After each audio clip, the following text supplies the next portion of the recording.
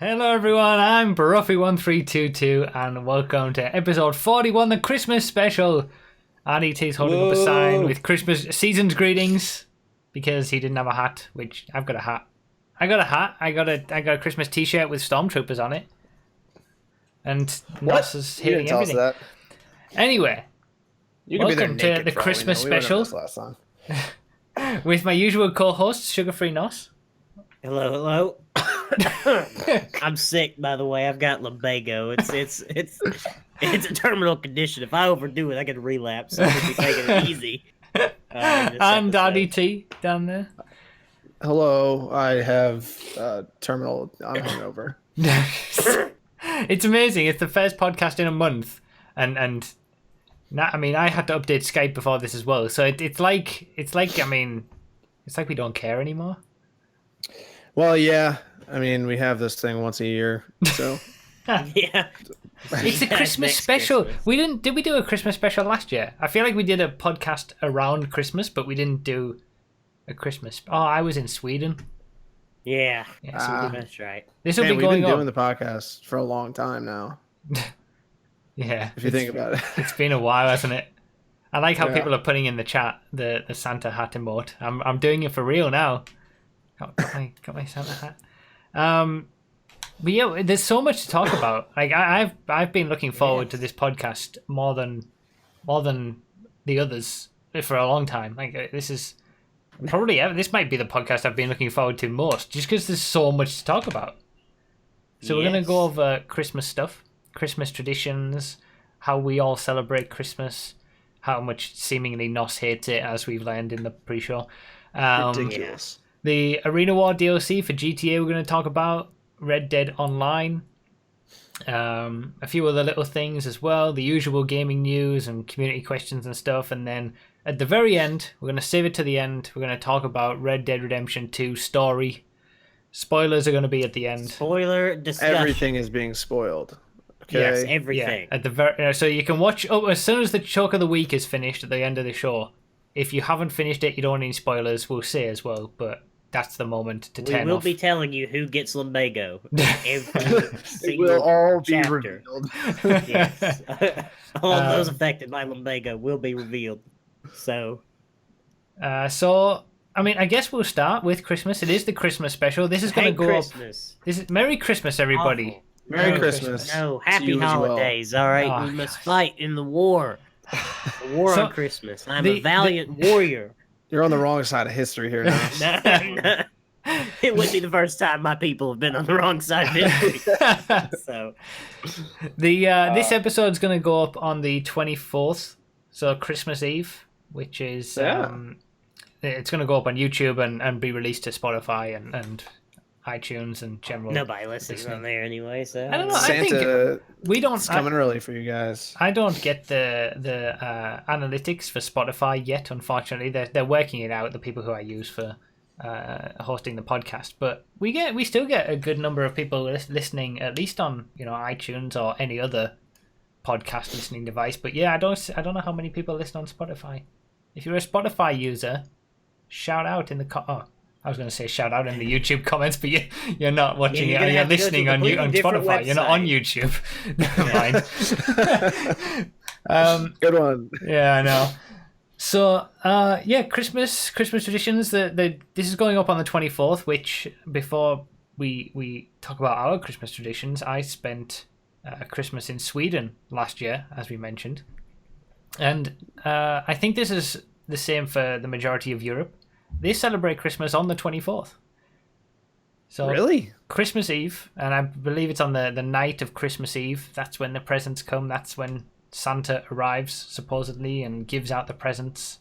And you open your presents on Christmas Eve, and then Christmas Day. Your presents on Christmas Eve? Yeah, the night of Christmas Eve. Makes no sense. I knew you guys were backwards. And what do you? Whoa! Don't say we. Watch That's me. Santa come down the chimney? Like, no. The point is, Christmas Eve, you leave out the cookies that, spoiler alert, your parents eat because Santa isn't real, and then, and then in the morning, that's when you open your presents because Santa will have brought them down your chimney. That's what I said. He would have broken into your home on No, the you just 24th. said you opened presents on Christmas Eve. That's Well, no, incorrect. Yeah. I mean that's what I said when I was trying to justify how silly it was to open stuff on Christmas Eve. Like I was saying, Santa comes down the chimney during the night, and then your presents are there on the morning. See, Phil Huff, he's from Germany. I celebrate and open my presents on the 24th. It seems like it's a common thing in Europe, not in Britain, but the rest of Europe. Although Britain's not going to be Europe much longer anyway, so. Hey yo. So, yeah, I found it quite strange, and the experience of doing it, the Christmas day felt more like what I would call Boxing Day, the 26th, the day after Christmas. That's what it felt like when I was experiencing the Swedish Christmas, and that's why I streamed on Christmas Day for the first time ever last year, because it just felt like, a regular day. a regular day, or it just felt like the day after Christmas. So actually, what's today's date? The 25th? Oh, okay. Yeah, nothing going on. Nothing going on today. So I thought I would, put in a quick mention about the European way of doing things before we get into our way of doing things. But Ooh, I mean, I'm pinky guessing up, European. I'm guessing you guys are the same, right? In America, you open the stuff on the morning of the 25th, and like you said, Santa comes down the chimney, leaves all the presents. You wake up all excited, you run downstairs or whatever, and open the presents. Downstairs. Oh, sorry. Oh, you serious? Downstairs. Sorry.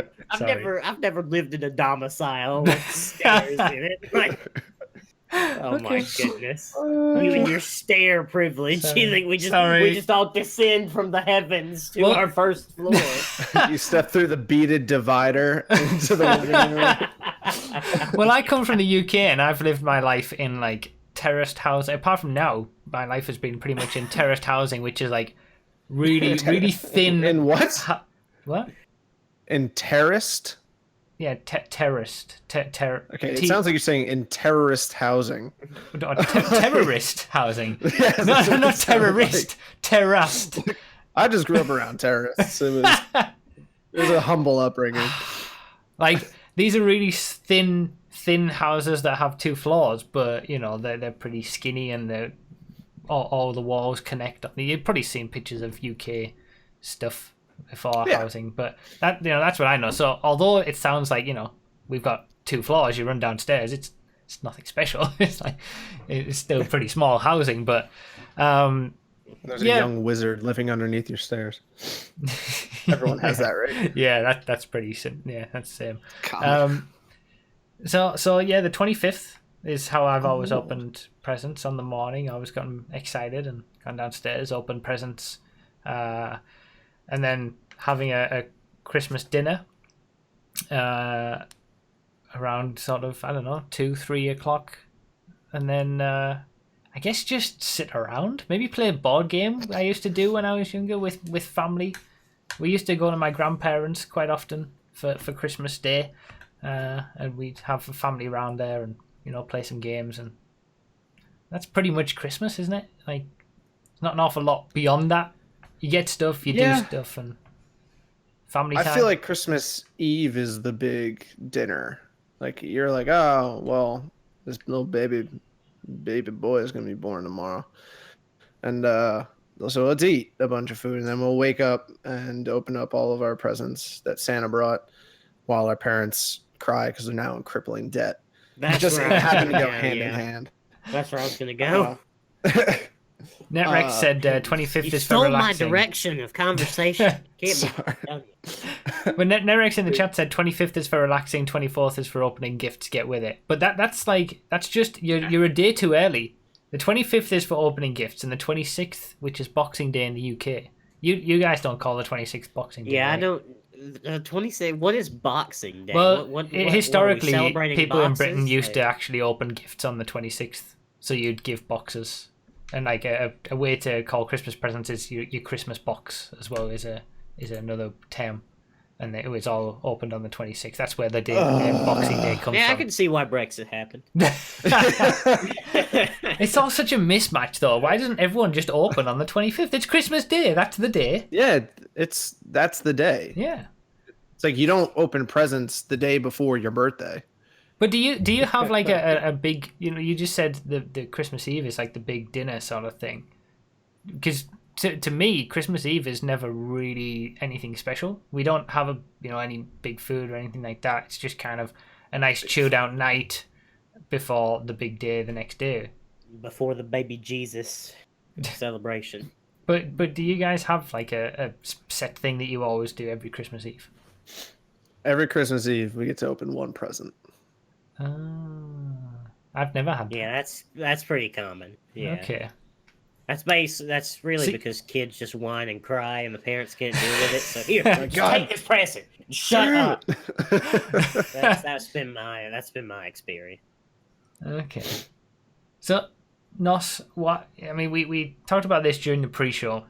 Why are you so against Christmas? What's wrong? Yeah, why are you for Christmas? Okay, why are you for just putting yourselves into crippling financial ruin? It's just to give your goodwill and gifts and being nice to everybody. Anyway, children, they're like presents. Stop. Nos, how many children do you have? Well, I'm just look. All right, you see that beard? Saying. It's coming out in a couple nicely. months, there's gonna be some little Nas's running around. No, I just don't like Christmas. I've never had a big family. I don't like Christmas. It just. So what do you? Christmas was always stressful. What do you do on Christmas? What is your standard Christmas? Nothing. I haven't had every Christmas has kind of been different. For the past 10 years, I can't remember the last time I opened a Christmas present. Probably over 10 years ago. Now, something like that. So. Okay. That's the saddest thing I've ever heard. Wow, yeah. We need to get Nas a Hallmark movie. Gotta move. No, I'm not an attractive blonde woman, so I couldn't star in a Hallmark movie. An attractive blonde woman working in the big city, and she has to go home for the holidays, and she falls in love with one of the veteran local boys.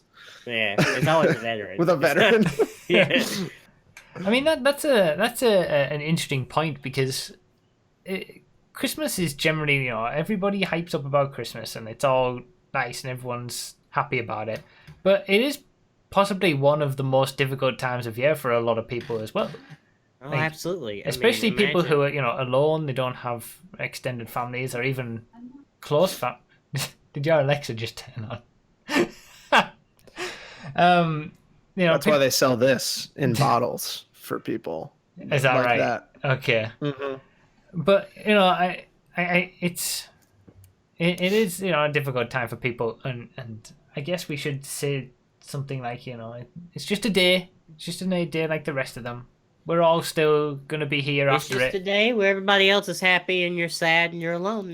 So all right, everybody's getting all these things they've wanted, and then you get nothing because poverty and trailers. And you look out your window and you see a 10-year-old boy on the big wheel that you wanted when you were 5, and your dad said he was going out. Dude, I did actually want a big wheel when I was. Your dad said he was going out to get it, and he never came back. Man, I was expecting this to be all a nice joyful experience. But you were the one that decided to turn it this way. Don't put this on us. That's all you. What are you talking about? No, there is a little bit of stress in Christmas. Like, I always feel like I have to react a certain way to getting a present. And you're like, a sweater I'll never wear. I really wanted these socks. This is great. And then, I got them a freaking iPod, and they're like, cool. Yeah, see, why? Why do we sit? Why is this okay? Why is Christmas okay? Why is that situation okay? Because you go out of your way. Counts, no, it's not. Thoughts count for nothing. Only actions do. Stop. Christmas is bad. I don't know about that, man. You don't like thoughts? Terrible. You don't like what about feelings? You don't like making people feel good? Facts don't care about your feelings, RDT. Feelings are a fact of life, though. Incorrect. That's fake news. It's fake news. This is done in an interesting direction. Let's put it that way. If you can't suppress your feelings, you're not a functioning human being. You got these nerds on the internet arguing about Christmas. They don't have the guts to say Merry Christmas online. They put chemicals in the eggnog that turn the friggin' reindeer gay. I think I've got the perfect catchphrase for you for Nos. Is Christmas for snowflakes?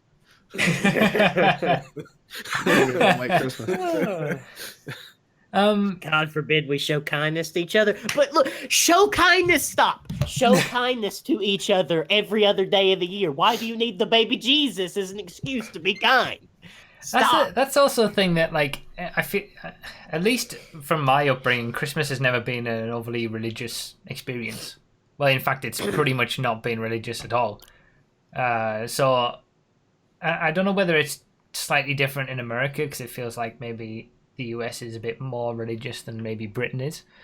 But, you know, it's a good point. Why do we need one day and, you know, Christmas itself to be nice to people? Why do they need to have all that good feeling just for enough Christmas? niceness in the emotional bank account for one day, so I might as well might as well put it all into one day. Corporate America just needs more money, Bruffy. That's why. Yeah. So they just create this big heist. I mean, I love Christmas. I think it's great. I love Christmas movies. Not that I've watched any of them. I love the old claymation ones where they, well, you know, you put one foot in front of the other. Doo-doo-doo-doo. You know that one with the heat? No, that's a different one. I don't know that. That's Santa Claus is Coming to Town, isn't it? I don't know. I think so. I have no idea. You don't know these movies? I have no idea what you're talking about. Like, I watch It's a Wonderful Life with my grandmother. That's about as far as I You go. don't know the old, like, Rudolph and the Island of the Misfit Toys? No, that means nothing to me. What? Oh my god. I mean, Wow, Christmas the old movies to claymation. me are National Lampoon's Christmas Vacation. That is Die Hard. And Die Hard. Anybody who says Die Hard isn't a Christmas movie needs to just leave immediately. Look, it can be a Christmas movie if people will stop like presenting this. You know, Die Hard's a Christmas movie. Like it's some Like they kind just of discovered revelation fire. from God that no one else has come up with before. that's I'm true. so sick. My favorite movie is Die Hard because I'm a unique and special individual. Stop. Yo, Stop. you're a real Scrooge, man. Maybe so, but listen, I'm so Honestly, sick of it. He ends up loving Christmas, so I still have some hope for you, Nas, that you're gonna turn that Well, dark, as soon heart of yours. as soon as 3 spirits come down from heaven and convince me that Christmas is good, you will be the first to know.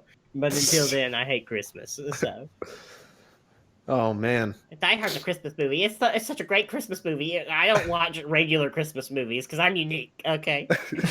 Krampus. That's a really good Christmas movie. Have you guys seen that? No. Okay, well, it's new. It's more. Oh, recent. okay. So when it comes to, because it feels like you guys have like a pre-Christmas with Thanksgiving. It feels like Pre-Christmas. like- you mean every month since like July? but like your Thanksgiving incorporates a lot of what I would consider to do, you know, on Christmas Day. So like, how do you? Because I've never gotten. How do you distinguish between Thanksgiving and Christmas? It seems like it's, you know, you get together with family, celebrating you eat. the That's pretty much it, obliteration right? of a race, and you know, I'm No, smart. but outside of Listen, I read Columbus's Wikipedia page. I know the truth. Okay, I know the truth. But It has nothing to do with Columbus. like, it's fine. See, that's the joke. Anyway, But I said this in the last podcast because it was Yeah. a month ago around Thanksgiving. Was that Abraham Lincoln made it to be thankful for all the things during the Civil War? yeah, but like outside of the reasons for having it, like what is actually functionally different it's on just the a big day? family meal. Well- I mean, if that's all you get out of Christmas, then is Christmas really that special? I mean, there's no gifts. There's no anything like. It's just a big family meal. Yeah, you just get together. It's an excuse to hang out and drink and eat. And the big difference is, have you ever seen Brough? I don't know if you have them in England. Have you ever seen a calendar? Thanksgiving is in November and Christmas is in December. So that's the main difference. Well, how do you distinguish those two from Halloween? I mean, they're all three. That's a huge step. It's all just a big corporate conspiracy, and all these things are just to make money and sell cards and presents and keep the economy real life shark cards. Yeah. All right, fair enough. Well, you guys, Christmas dinner, you have ham, right? That's a pretty Voodoo brings up a good point. Thanksgiving's more about extended family, and Christmas is more about your localized family. Okay, all right, that makes it. Okay, that makes sense. That's the point. There's a functional difference that I can get behind. Yeah, let's get together and feast and catch up, and then this is like let's just spend all our money. Okay, for me, I think Christmas has been a bit of a mix between those two things. It's not just small family; it is a little bit of extended family, but not like third cousins from across the country or something like that. But it's interesting the differences in country of how we celebrate things. Anyway, Christmas dinner, the last thing that I want to actually ask you guys about, you have ham. I think that's traditionally what it's supposed to be, but I mean, and you have turkey on Thanksgiving. Yes, because they have ham Some in people have, Europe as well, I believe, and here it's turkey. Do you even have turkey in your country? Yeah, Are there what the even hell? wild turkey in your country? Yes. Do you have to import them all from? No, I don't we do that. we're yeah, I don't think so. we're a pretty developed country. We have. No, I'm not arguing that you All right, don't let's have not- access to turkey. I'm arguing that are there wild turkey in England? Yes. We That's have what I the wanna know. facility to have live birds running around the countryside, Nos. We're Yeah. not that antiquated, thanks very much. Oh man, I've seen some documentaries of the north of England, and developed would be a strong way to describe that. all right. Let's not talk about the north of England, shall we? Shall we not? I'm hosting Christmas this year. I'm becoming a big boy. I'm actually having all family round, and I've bought a turkey. Well, I'm picking it up tomorrow actually, but that'll be yesterday for anyone listening. But A big butterball. Do you guys have those brands over there? no, at least I don't think Butterball so. turkey, they're like fucking gigantic. Okay. Yeah, Well, these are like I don't know. moving out. I'm hoping it's big because it's got to Like- feed a lot of people. So How many people is Tony coming with his baby? The No. baby, the newborn baby, Tony. Hey, has he No. sold that MX-5 yet? I don't know actually. MX-5 update. I imagine he would have done since he has baby now. I imagine he needs something a little bit more practical. He could be asking too high of a price for it. Tell him, tell him I'm looking. Cover the shipping cost. But it's not a Mark 1 though. I don't think. No, it's not. It's not. I'm just He's just for joshing. the jokes. All right. So, Nos, as Shoeless says, we love you despite your Scrooginess. Oh, okay. We're all gonna think of you on Christmas Day and No, your you're unhappiness. not. You cannot think of me. And we're on gonna Christmas. send you happiness your way via the airwaves. I don't want happiness. I want your money. Just send me What your you want happiness. to do? Everybody in Discord at Nos. Merry Christmas. on Yeah. Christmas Day. Yeah, on Christmas You'll Day. love that. Discord You'll or love Twitter, because you're on there too. I will throw my phone out the window. I'm totally gonna do an at everyone on Discord on Christmas, saying Merry Christmas. You're what's wrong with this part of the year. It's beginning to Well, look a lot RDT like did an at Christmas. everyone to say thank you for the birthday wishes of 5 people. So I feel like this is just a drop in the ocean. Yeah. Um, Hey, I was just trying to be So- nice. We've talked about Christmas. Merry Christmas to everybody, whether you're listening to this, whenever you're listening to this. Merry Happy Christmas. holidays, boys. You son Happy of a bitch. holidays. Bite me. I've taken 2 tours in New York City in the War on Christmas. I've seen the battlefields of Rockefeller Plaza. All right, I'm a grizzled veteran of the War on Christmas. and we will be victorious. Speaking of wars on Christmas, what about wars in the arena? Oh, listen to this guy. We got some Pull it up. GTA Arena War DLC topics to God, talk I about. hate you so much. Has anyone actually played it? That's my first question. Did one race. You did one. I haven't even done that. I like the garage slots though. The arena itself's pretty cool. Yeah. Those game modes seem terrible, so I didn't even bother. So when you say you did one race, you did one of the Arena War races, and that's it. You didn't do any of the other Arena War modes. No, I'd like to try them though, but I don't have the time anymore. But once, never mind. No, I'm not. I wasn't gonna say anything. Yeah, I'll play them eventually. Probably. Okay. All right. So yeah, I mean, I agree. It's just the same as the other DLCs. I feel like the actual stuff that's put in from a visual point of perspective and the things that they create, the arena itself, the warehouse, the spectator booth, and all that kind of stuff is really nice. The game modes, bah. Yeah, I like the garage slots. I like the arena, and I like the garages. Those are cool. Yeah. The game modes just don't interest me. Nothing interests me in the game anymore. So Yeah. yeah. What's this I hear about like wheeling muscle cars and Every like, single muscle car can wheelie. Everything in the muscle car class can wheelie. So this means normal muscle cars. This means the Moonbeam. This means the faction. This means lowriders. If it's in the muscle class, it can wheelie now. It's great. just cause? Is it Yeah, faster? Or like No, what- I mean it's basically you know how you hold the handbrake on and put full throttle on to start. Yeah. You know that's what you got to do to wheelie. And now when you do that, your front end flips up. Yeah, it's like some invisible mystical force is Yeah. pushing you up from under your engine bay. It's really weird. Cool. It's so Yeah. weird though that they implemented that and like there was no seeming communication about it. There was nothing. It just Yeah, and they it put wasn't it in. And featured No. in like the DLC in any faction. No. Like it was just nothing. So they Every just do. faction. So all muscle cars just do that now. You Yeah, don't have just to do get them that. upgraded. Regardless of what kind of like upgrades, you don't need a certain amount of power in the engine to get it up. It's just a mechanic that when you do that, flips up. All muscle cars, including the Moonbeam Custom. Including Yes. the moonbeams look ridiculous. This van pulling a wheelie. Okay. Oh, only fully upgraded vehicles can wheelie well. Stock vehicles do want to go up, but they don't go up high. Okay. So I guess you do need a certain level of... who Yeah. like who are these people out here with stock vehicles? Oh Lord.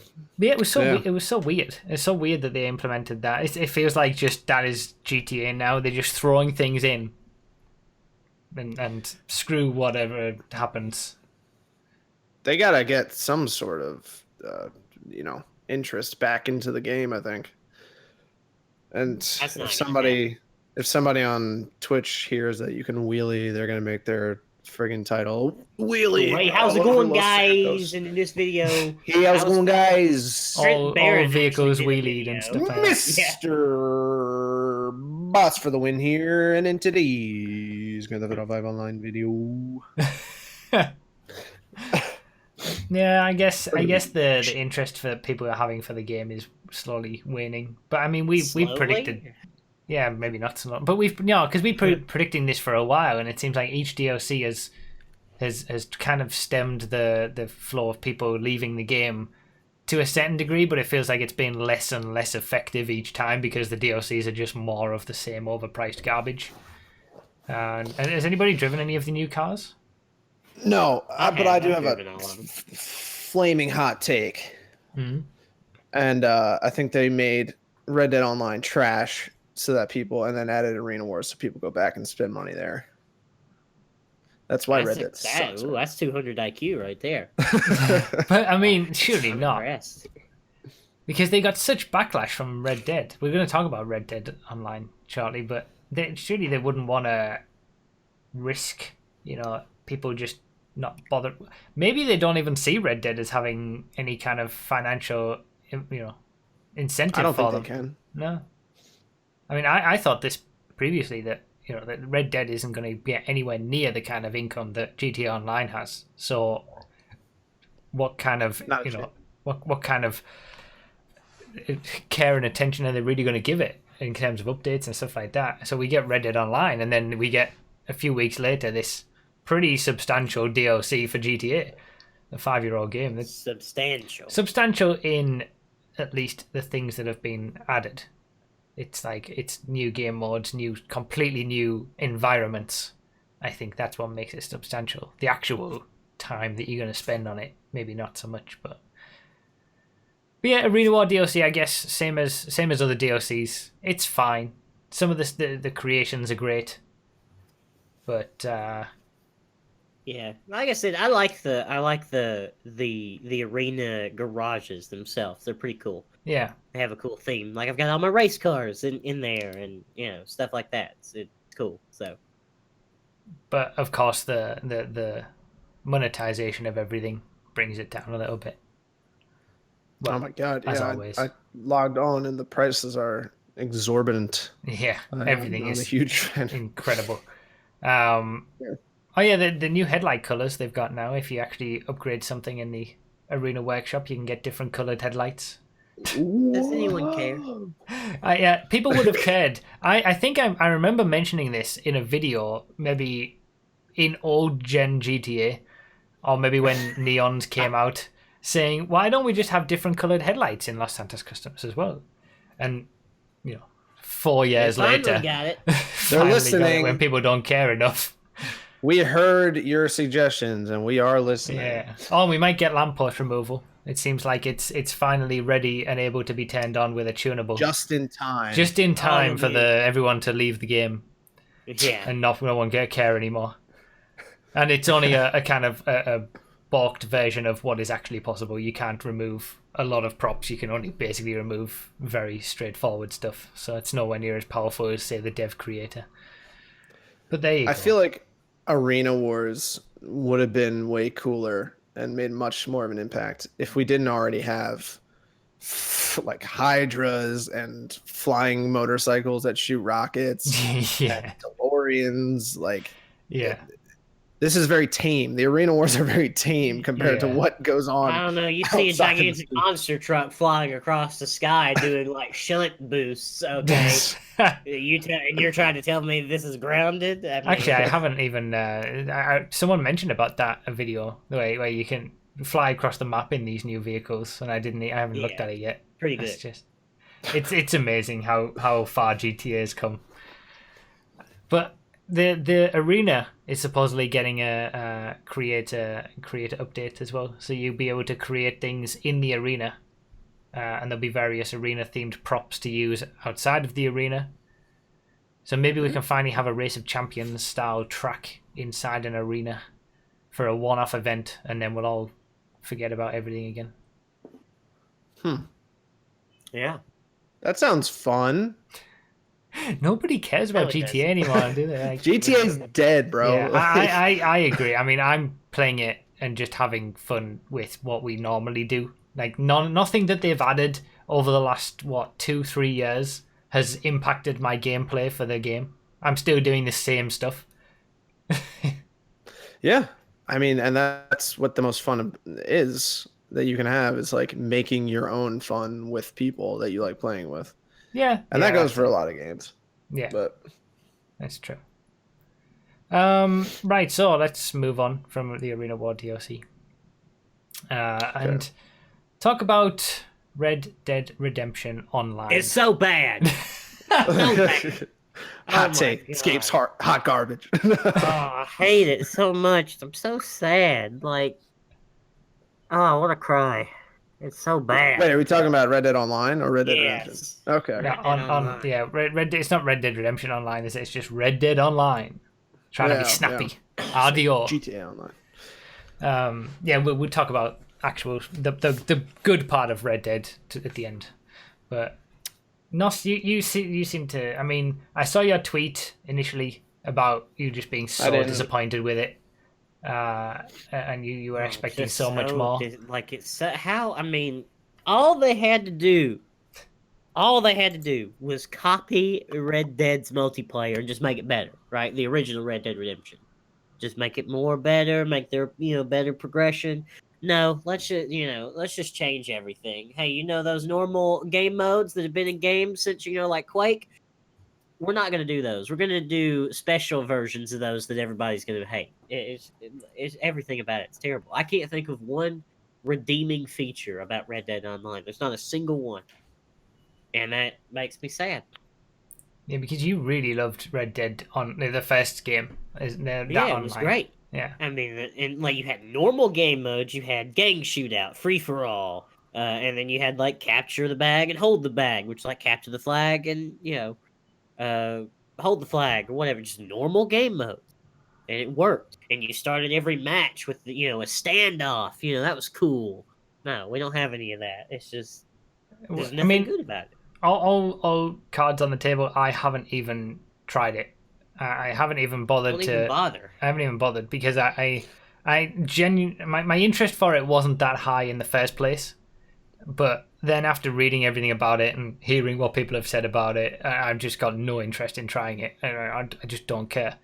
But it's just it feels like they've tried to do, I don't know, take GTA's online success and force it into a completely different experience, such that it changes the experience completely. But it's weird that, like, I mean, the problem that I have with it, I don't even really have a problem with the rate. I mean, at least if you're playing PvP, the rate at which you earn money in the game isn't even that bad, actually. You get, like, if you win a Most Wanted, which is the stupid free-for-all, you get like $40 for 10 minutes of work, and a gun, it's like $200. This is after the change, right? It was worse before. Yeah. Oh yeah, it was worse before, but now, I mean, it's the biggest problem I see is the level progression feels like it takes so long to level up, and everything's locked behind a level, and then the things that you would like, if they really wanted to monetize it, the things that you want to skip the level up to buy, like horses, right? You can't even buy those early with gold bars. You have to level up to get the ability to buy the horses in the first place. So it's really weird, like how they've monetized it in some ways and haven't monetized it in others. Like the majority of the weapons that you need in the game to be good, you unlock early. But you can unlock weapons with gold bars early. But the horses, you have to be like level 50, 60, 70. You can't unlock those early with gold bars. It's really weird. I don't get it. That's strange. Yeah, and of course, there's some cosmetic options that are only available through gold bars, but from what I can tell, as long as you're the level that you need to be, it's like a low amount of gold bars. The what costs a lot of gold bars is unlocking things early. Like I spent 20 gold bars on a pair of boots. Right. So because the boots were unlocked at level 80. They were the only cool looking boots. I'm like, well, I'm never going to get to level 80, so I might as well just buy some boots with gold bars, with these gold bars they've given us. So does it feel like they even needed the whole gold bar double virtual currency thing? Like, it feels like that's been put in. It's just, taking what other games do with double virtual currencies to try and hide the actual cost of things, and premium currencies, and then you've got your regular currency, and it all. I don't see the point. Like, GTA had a system where you could buy money. Yeah. I have a theory about the double currency. I think they would have erred towards that, not only for the financial benefits, but also so it allows you to gamble online. So you can gamble with the dollars But that where you is earn the in gambling? game. Where? Yeah, it'll come eventually, I would assume, but I think that'll So be the reason. there's no way to turn. It'll be so that they avoid you can't pay real money to gamble real money in the game, I think. But so there's no way to turn gold bars into real money, not real money, but game money. Okay. No, that is the game money. Yeah, but in the same way, you wouldn't want your kid going on spending money on the PlayStation Store buying gold bars to spend to bet and potentially lose in the game, Yeah, that's true.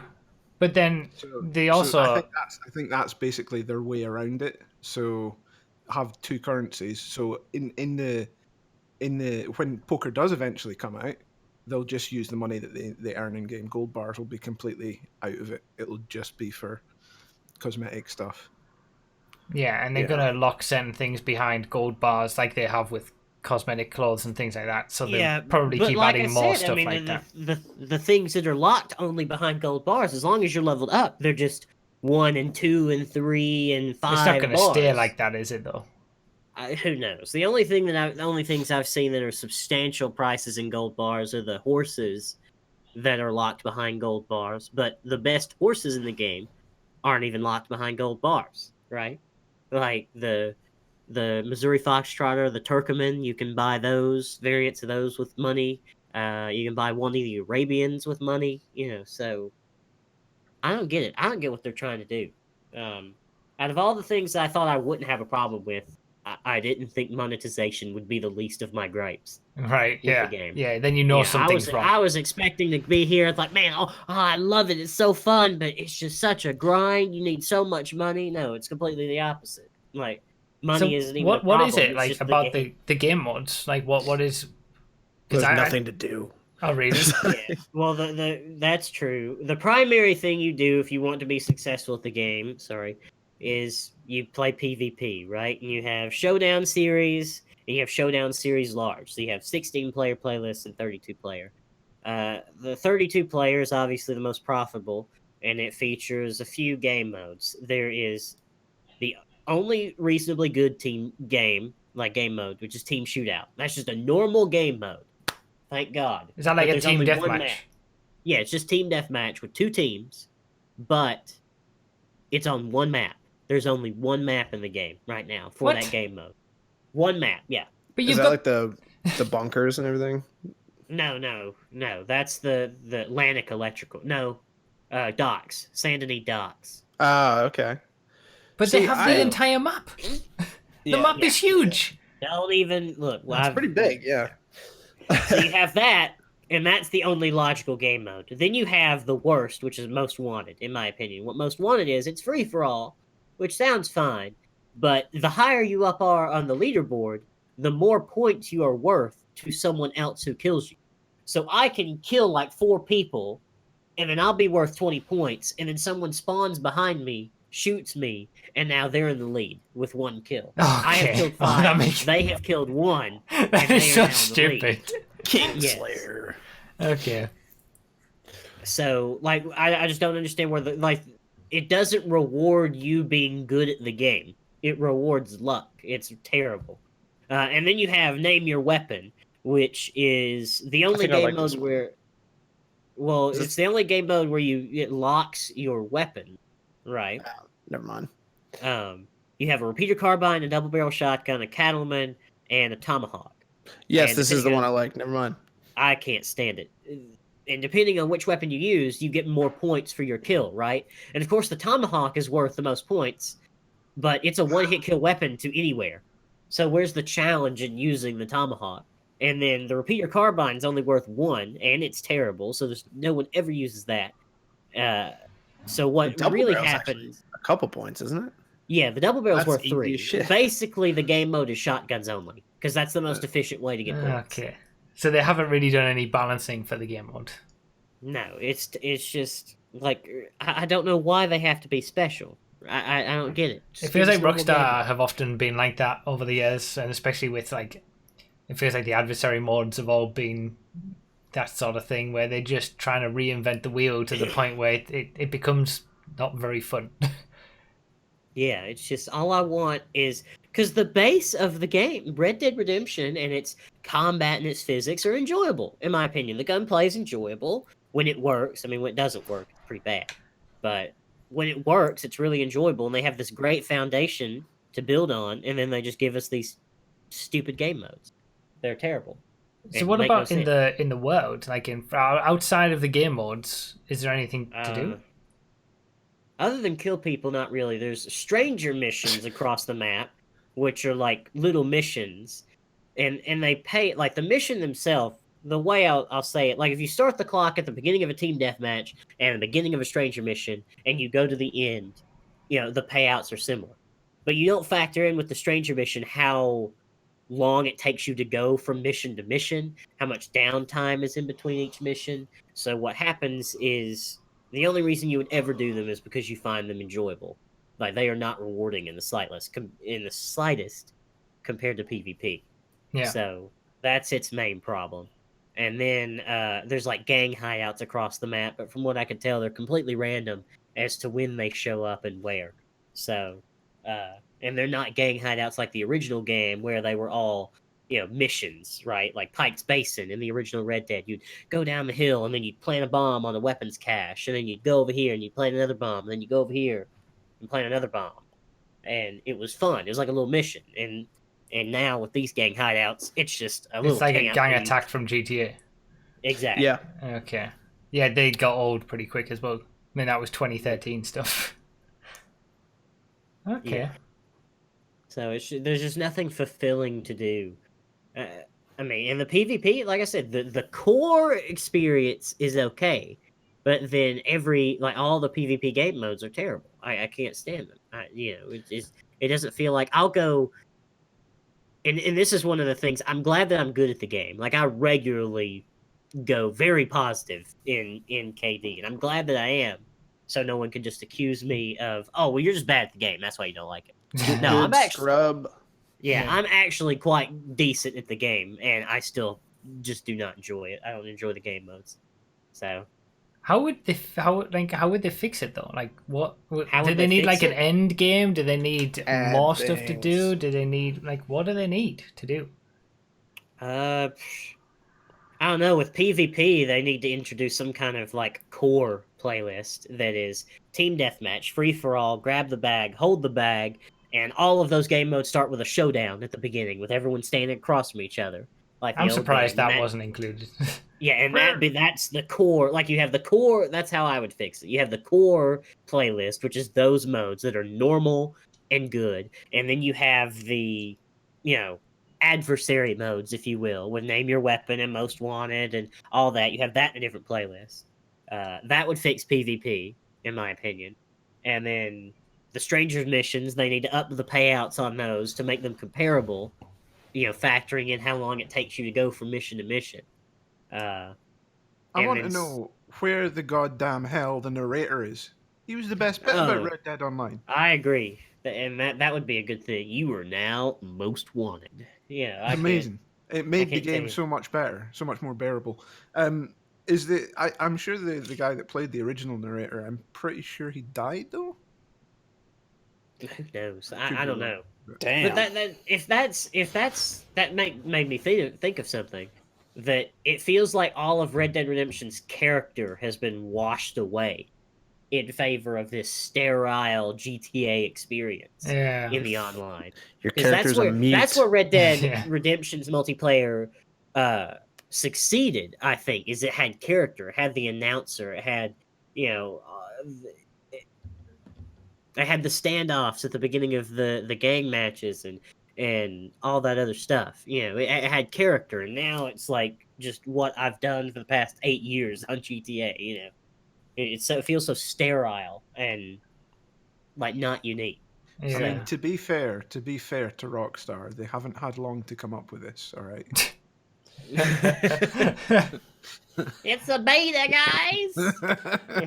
I liked the story missions though. Like I thought that this story is kind of interesting as a little addition to Red Dead Redemption 2. My I character's thought it was interesting. I don't can't like get that. behind any story with a mute character as Yeah, a I don't like- protagonist. I don't like that your character can't talk unless he's going, "Come on, boy!" Like, Is that all What he do you- says? yeah, he's like, Yeah. "Hey, get!" Oh, Okay. stuff like that. Yeah. Well, so it feels. weird. It almost feels like they've tried to replicate GTA Online in Red Dead, and by doing that, Red Dead has lost its character completely, and it's a worse game for that's it. a good assessment. I think that's a good assessment to come to. Do you think it would have been better, like if they'd, if I don't know.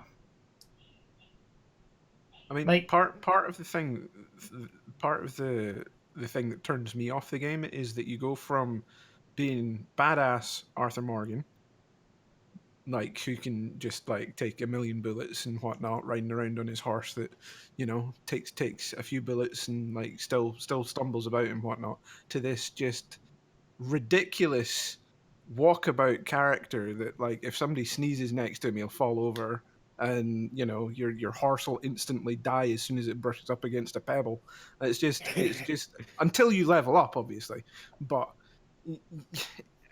it's not that transition isn't fun. I don't think it just doesn't look great. Do you think they were like a completely separate team working on Red Dead Online, and they've had a completely different direction that they've gone in comparison to? Yeah, who knows? I suppose. One thing, something Hammer said reminded me of it. I wanted to mention it runs very poorly. Oh, it does. Yes, it like frame rates. Like go to San Denis and you're in the teens. Wow. Like straight.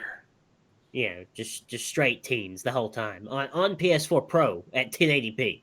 Even with super sampling off and everything, it runs like total garbage compared to the single player. The single player runs really well. I mean, it's pretty much locked 30 everywhere. Yeah. But it's really bad in online. So I mean, it's bad to the point that it really affects playability as well. The finance team made Red Dead Online. Yeah, probably. As of right now, Red Dead Online's a no-go. I don't think you should play it. Similar to GTA Online before Beach Bum, even. Like, it's not good. There's nothing to do.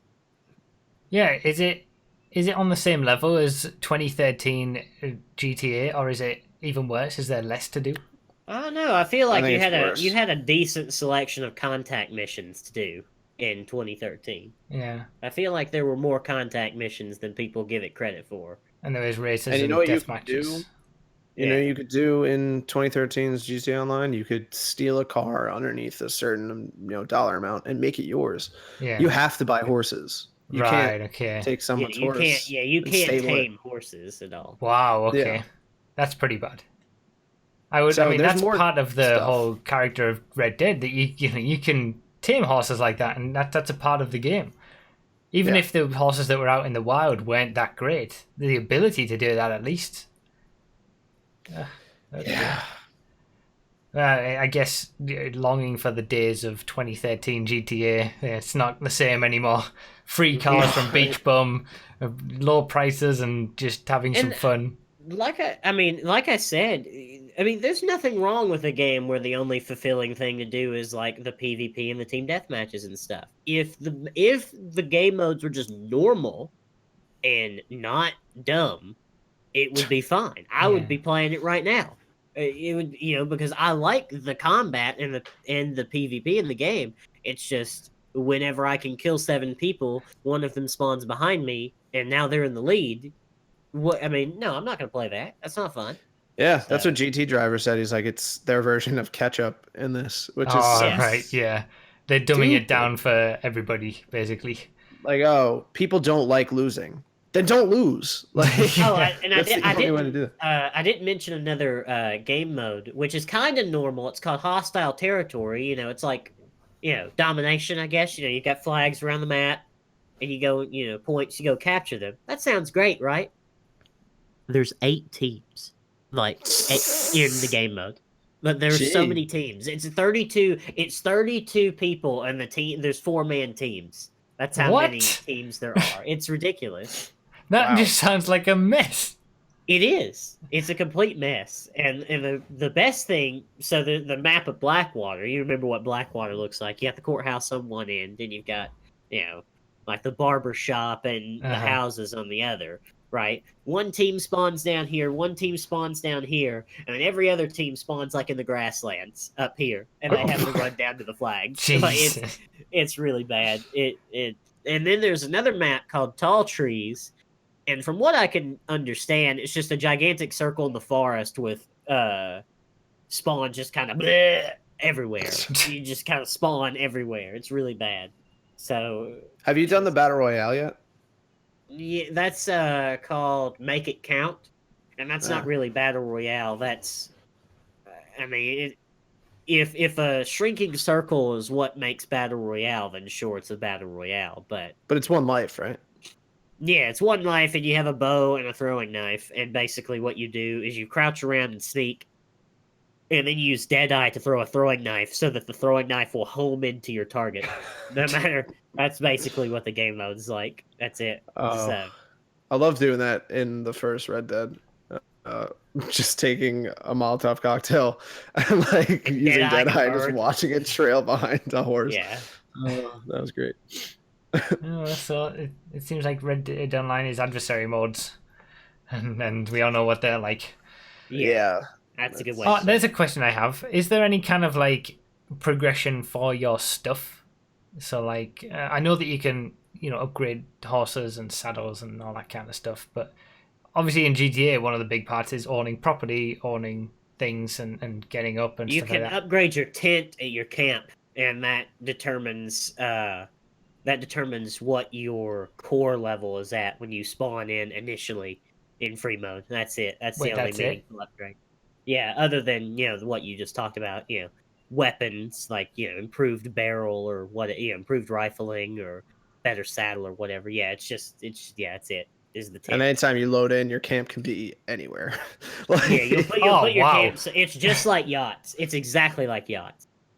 Like you'll put your camp somewhere, and then you'll switch sessions, and then because everybody has their camp in that location in this next session, it moves your camp to the complete other side of the map, and it costs you like $5 to move it again. Yep. So it's just like yacht. Your camp's out in tumbleweed all the time. Yeah.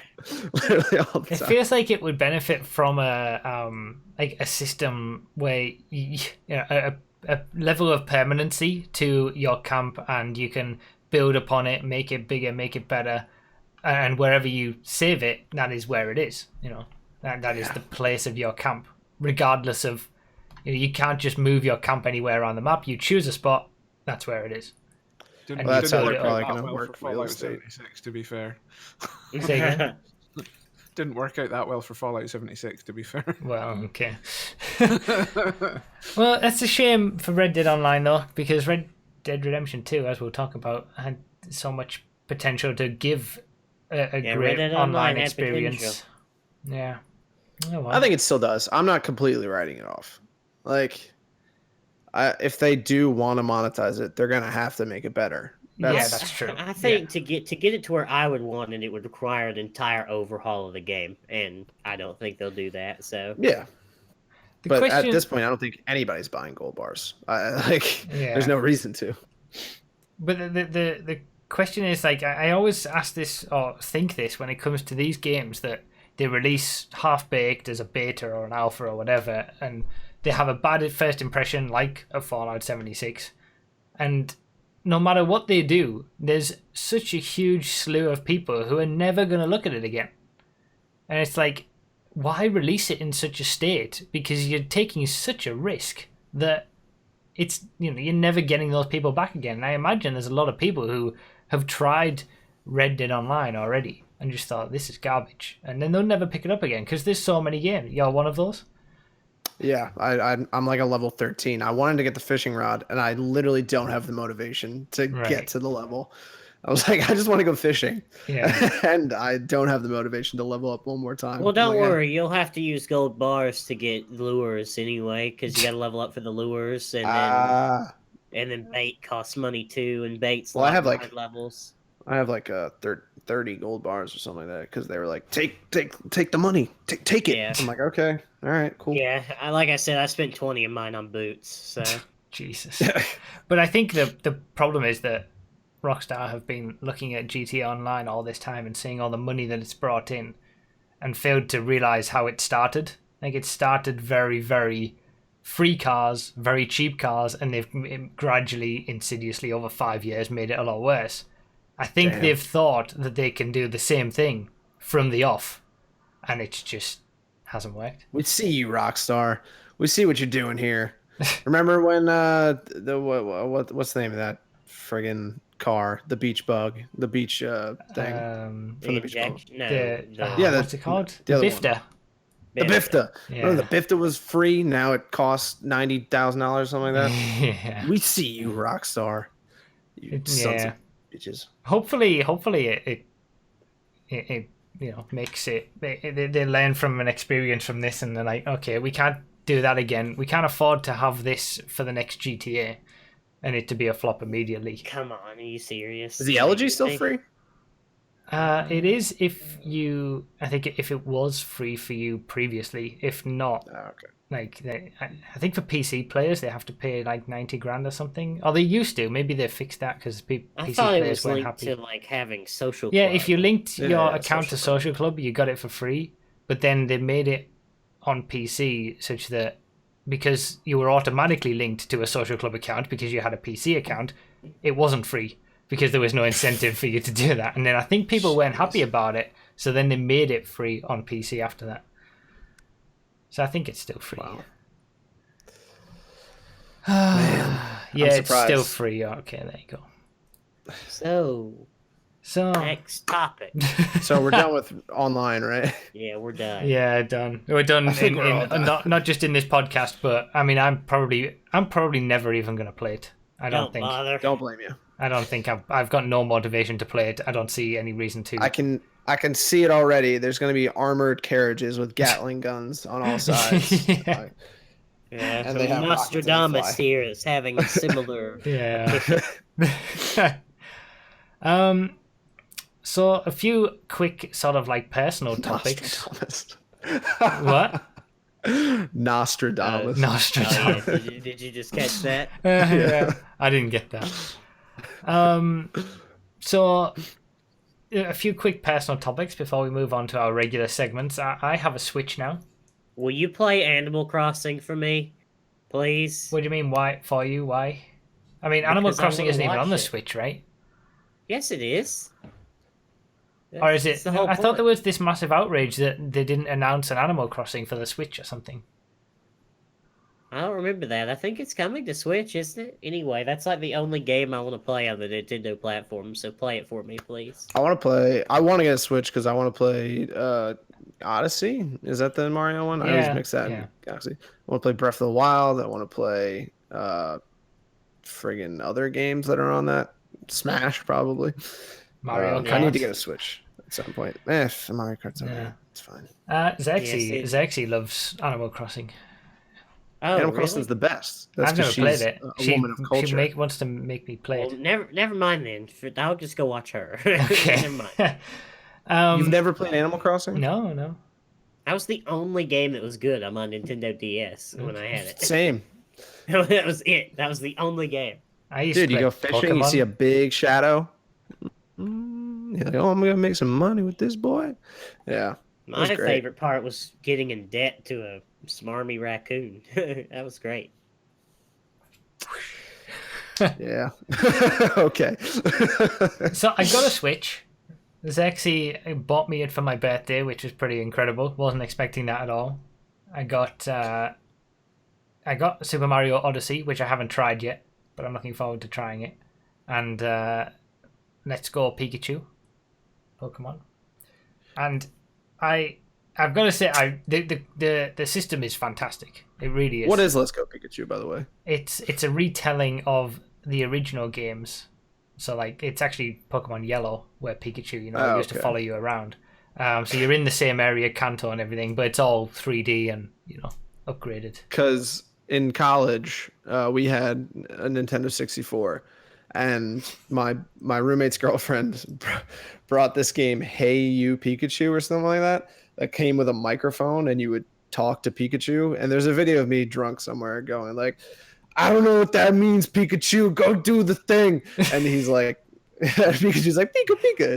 It's great. What? I've never heard of that at all. Yeah. Hey You Pikachu, I think is the name of it. It was Okay. great. I mean, speaking of the N64, that was my previous Nintendo console. At least It's been in a while. home consoles. So it's been a Yeah. while since I had a Nintendo console, and I've played more on the Nintendo Switch in terms of playing games in my free time than I have on any other platform for the last like 3 years. Because it's just so easy, I was playing it on the TV, and then I can just pop it out and take it upstairs and play it in bed, and it's so versatile. And as I'm, the ages that we are getting, we don't have the time to just sit and play games all day. Speak for yourself, old man. I got plenty of time. Okay. Nah, just puts on a backwards hat and kick flips out of his room. Whatever, old timer. But it was the perfect gift for me being 29 and you know, not having the time to play games and sit down for like 2-3 hours with old friends playing Gears of War every single night like I used to. And it's perfect because I can just play games wherever I am, and it's so much more accessible. And it is very good. I'm glad I have one. I can't wait to get started with Super Mario Odyssey, try out all the other different games that are on there. I hope it continues with good like third-party stuff as well. Breath of the Wild's really good. That one. Yeah, like I've never played a Zelda redeeming game, but maybe it's worth trying. Oh my god, bro! I know. You don't have to tell me. All right. You run a gaming YouTube channel, like how? Jeez. Wow. See, I definitely recommend it. It's good fun. It's a good item as well. Like it's good quality, solid thing, you know. And the versatility of it is great. And I do plan to. I'm playing Pokemon now on my own, but I do plan to stream it at some point as well. We'll have a playthrough where the chat decide what happens in the game to a certain extent, not everything. You mean where they just name your Pokemon after stale memes? Is that That's probably what'll happen. Yes. But... Name of the F620. Name it F620. What about G-Fred? Hey, can I get a G-Fred over here? Can you get to a G-Fred in Pokemon? No way. I wanna cry. Senpai, yeah. My first horse was called Senpai in Red Dead because I let them name my horses. Oh god. You gotta have some fun with it. At least he's not playing Pokemon Go. Oh, of course I still play Pokemon Go. I wish I was a Pokemon Go YouTuber. Made that one Pokemon Go video. Didn't go down well, so let's never do it again. But they're like, stay inside, loser. Nerd! So, friend of the show, Joshimuz. I'm give so a quick proud mention of of our boy this. Josh. You talk about it, Nos. You explain. I'm so proud of Josh. He's come so far. So if you know his True 100% Plus series, which I love, one of his goals in that series was to complete all of the jackpots in GTA San Andreas, excuse me. So one of those meant getting a royal flush in video poker, which is a consulting with the document, a 1 in 40,000 chance, and he did it about a week ago, I think. At this point, about a week ago. But I'll tell you what we'll do in the show notes, because we're professional now. I'll leave a link to I'm guessing that's footage. I haven't actually watched it, but there's a link in the documents saying it, so I'll leave a link to the footage of it.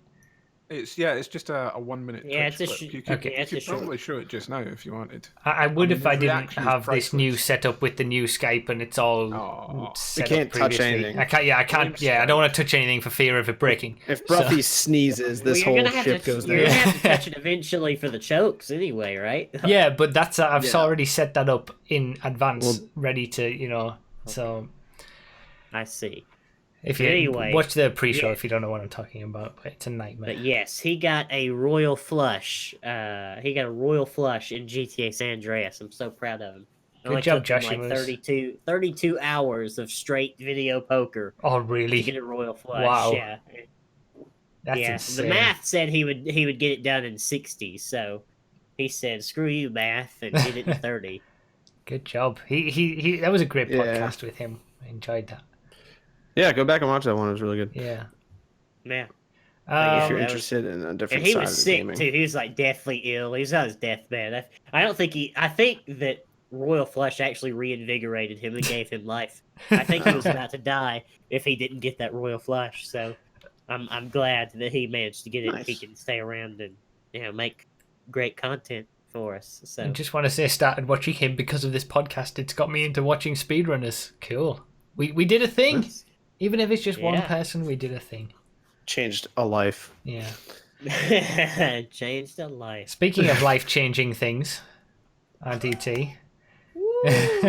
Next on the document is that You're moving up in the world. Oh yeah, that was supposed to be a surprise. I don't know. I haven't checked. I haven't consulted the document. Of course you haven't. I put it in there just because I thought maybe it would be. Oh, yeah. I thought it would be talk about. fun. I thought it'd be fun to just like pull a sheet off the camera and be like, "I'm in my own apartment, bitches," and then. All right, well, let's forget that this happened, right? We won't include it in the We'll timing. edit this part out. I'm not. No, let's not go that far. I'm not putting that much effort in. But we won't put it in the timing or anything in the description. People might miss it. They'll just go straight to they'll wait until we've talked about Red Dead Online, then they'll look in the description at the timing, go straight to the Red Dead 2 stuff. They won't bother with. What are you talking about? People just go to the choke of the week. They'll go to the choke of the week. Yeah, because that's where the GTA. And no one will know, and we'll all act surprised, right? We'll all act surprised next month. Nobody looks at my beautiful timestamps. Nobody does. I know. I hope some people do. No, people must do for the choke of the week. We just need a timestamp for the choke of the week. Yeah, we've had the analytics that people only watch the first 5 minutes on the choke of the week, and yeah. All right. So, Nos, your bit of news. Hello. The reason that I initially put that in the document, by the way, is because we each had a little bit of news. Me with the Switch, RDT with the thing that's now redacted, and then Nos with his new. But yeah. Wait, Nos is dying? Is that what we're talking about? Nos is on lumbago. Yeah. There are timestamps. See, this is unbelievable. People are asking that there's timestamps now. Every single episode almost of the podcast has timestamps. MB Hammer sorts them out as he's listening to the podcast live. He notes down when it happens. I have to just link it up and afterwards. But then they're all in the description. Even the pinned comment says timestamps are all in the description as well. You should really put the timestamps in the comment itself. But they're not clickable anyway, so it's pointless. What? Like there's something about it. If you put it in the comment, they're not clickable on mobile or something like that. No, I think it's the other way around. If it's in the description, it's not. Yeah, if it's in the description, it's not clickable on mobile. The timestamps are going in the pinned comment this week. Yes. Thank you. I've been saying this for years. Okay. And I can actually say years because we've been doing this for over a year. Yeah. Hammer, it does. I feel like we give Hammer credit, don't we? He's our producer. He does all the work in the background. He does it for the love of the game. He doesn't do it for the recognition. God. Exactly. Yeah, I know you're putting words in his mouth. I don't know sure. He came to me and he said, "Listen, I know you guys want to give me all the credit. If we make this big time, I don't want any of the cut of the profits." He said that to me. He's like, if we get like thousands of dollars in donations every single give it time, all to Nos. I feel I don't want any of it. drastically misquoted. That's what he told Drastically me. misquoted. He is so generous. Fake news. Round of applause for our producer, Hannah. What a guy. You should have mentioned the timestamps at the start. See, I disagree with the concept of timestamps at the very start of the podcast and mentioning it, because then it just gives people free rein to click whatever they want and skip parts out. No, people need to listen to the entire podcast. And if they want to go back to a section, then they go to the description and figure it out. Yeah, watch our shit. This is going to get missed by everyone because everyone's just already gone to the choke of the week anyway, so no one's going to hear that. I think my theory is from the moment that I say my first word, like, to the choke of the week, nobody watches. Hello. Oh, yeah. My co-host Sugar Free Nos. Oh, let's click off. And whoop, we're off to the choke of the week. And then the whole time they're watching the choke of the week, they're just gritting their teeth because I'm talking. I just want to watch GTA for the millionth time today. I'm already at the choke of the week, Percy says in the chat. He's already there. Ross, you got some news, right? Yeah, I'm done streaming. I'm tired of it. I'm sick of it. So I'm done. I quit. That's about it, really. You did write a fairly... relatively long, Word document. I did a piece of writing. Yes, you can find it on my Discord. We'll leave a link to that in the description as well, with next to the Joshimuz video. Sure. Nobody checks the links either. Nobody checks the links anyway. I know. If you Choke of the want Week's to down know- there as well, but if you want to know why I'm quitting Twitch, look in the description. But no. Go back a couple months when he was pushing for partnership, and you'll understand exactly Yeah, why. Yeah, just watch the previous podcast podcasts. Yeah. The podcast really does tell the whole story. But yeah, I'm pretty much done. It like with Red Dead Online being so bad, there's no game that I want to play, and just nothing is sustainable on Twitch for me. All you morons want to watch is GTA. That's it. Like so. But no, seriously, half of it was I played GTA for the first time in like 3 months, on the Arena War DLC. 70 viewers within like 30 minutes. I was like, yeah, nothing else is ever going to be sustainable, is it? No, it's not. So yeah, I played Red Dead. I played Red Dead Online. I do all these playthroughs. I've put my heart and soul into all of these games that I love and want to showcase. People just want to watch racing, GTA racing. That's it. There's a couch, for Christ's sake. Yeah. God. That's it. So there's just not. There's no have sustainability on Twitch. You have to have a multiplayer game that is repeatable, and it has to be a shared experience as well. So something that you're enjoying as well as everybody else, and you're enjoying something together. Start playing Fortnite now. Yeah, exactly. I mean, when are you starting streaming League of Legends? Oh, but yeah, anyway, it's just nothing's ever going to be sustainable, and I've been I don't know, the quality of my emotional and mental state has deteriorated like in the past while. So like I've been a lot. I think I have to unsubscribe from you actually. Sorry. I'll do it later. I won't do it now. Oh, my heart. Sorry. But I mean, it seems like the when Red Dead Online was how it was, that was kind of like a final nail in the coffin. Like if Red Dead Online had been a success and been something fun that you would have enjoyed, it would have been that was a diverging point. Really. Yeah, exactly. And also, I did say I was quitting for the memes, but I'm not actually quitting. I want to stress that before we get too far. If I get the urge to stream and the desire to stream, I will as a hobby. Yeah. Like it's a hobby now. It's not something that I'm going to take seriously, that I'm going to stress a big about. Push for partnership for or anything like that. Yeah, I just don't care anymore. So, like if I have something to play, I'll play. If not, I won't. And it's good as well that streaming is something that you can dip back into should a good game. Yeah, but I have a feeling when I dip back into it in a month and a half, like 5 people will be there, and it won't. I mean, why at that point? Why am I even streaming in the first place? So we'll just see how it goes. We'll see how not having any kind of schedule goes. If people still show up, then I'll keep doing streaming whenever I feel like it. And if people don't show up, then there's no point, and I'll probably just quit entirely. So you know what they say. If it doesn't work with a start, just quit. Don't try ever again.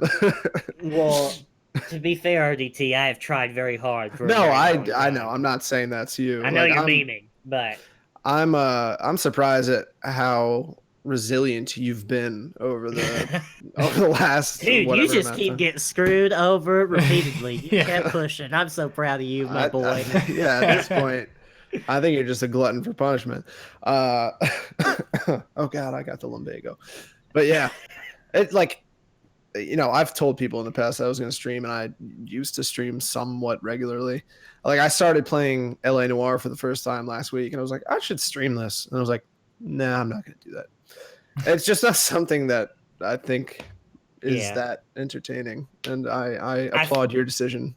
Yeah, I think that if I would have gotten partnership on Twitch during the partnership push, I think I'd be in a whole different place mentally, because my soul would have been worth something. I lost part of my soul playing GTA for an entire month. Still Christmas, guys. No, but seriously, it was such a terrible experience playing GTA for that whole month, and it turned out to be worth nothing. Absolutely worth nothing. Nothing you do is worth nothing. That's unless you have the gloomiest outlook on everything in life. You learned a lesson at least from what you did. That my dreams will never come true and to stop trying. I learned. Sometimes, but at least you did try. Imagine if you didn't. That is fair. But because if you just like were like, oh well, I'm never going to become a partner, so what's the point? Instead, you took the initiative, you went after it, and you grinded no matter how hard it was.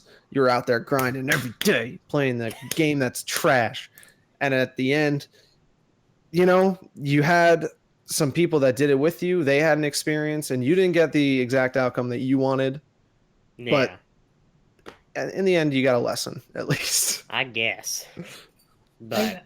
And that's the part that the worst part of it is that I'm not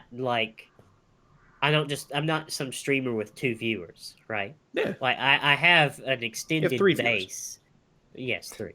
But I have an extended base of people who really enjoy the streams, 15, 20 people who will show up every time, but there's just no growth. There's no growth. In fact, there's the opposite of growth. So it feels like, and I've been stable at like 50 subscribers since the affiliate program, and that's great. Like the sunk in base that I have is very loyal and great, and I love all of them, and I feel like I'm letting them down, but there's just no growth to be had. There's growth will never happen with my Twitch channel. It's just not going to happen. So I've tried and I've tried. I've done all that I can. I've exceeded the requirements that the platform wanted for partnership. Didn't matter, so it's just that's the thing. So I think you gotta lean into your southernness if you want to expand. That's the problem, is nobody in the South has internet, so you'd be a huge hit in Alabama. If all my people had internet, I'd be very successful. #1 superstar down south. Yeah. I don't know. I mean, I don't think it necessarily has to be a bad thing to take a step back from something like this. If you realizing that things aren't quite going the way that you may have wanted them to, I think it's actually quite a brave decision and a good decision to no, I'm not brave. Slow down, boy. All right, fine. No, I would. I agree. Yeah, I think so. You're so brave to quit. No, stop. No, but there's so many people that, I mean, I see on Twitch, and I've been around for a while, but I see people who they keep doing it, and they keep doing it, and they keep doing it, and they're not impacting anything in any way. But they keep doing it, and then nothing ever changes, and then they keep, then they get worse and worse because they're trying to clutch at various things to try and keep something going and something successful, and it just goes into a downward spiral. Whereas you're taking a different approach and realizing that things aren't going the way you wanted them to, but you're also not just putting a cap on it completely. You're just going back to, at least I would hope, the way that you initially started streaming, and the way that most people should start streaming is you're doing it for the enjoyment of getting together with a group of people, whether it's 10, 20, 30 people, whatever it is, and just enjoying the experience of doing something together. Rather than that's a pretty good party. 20, 30 people. Yeah.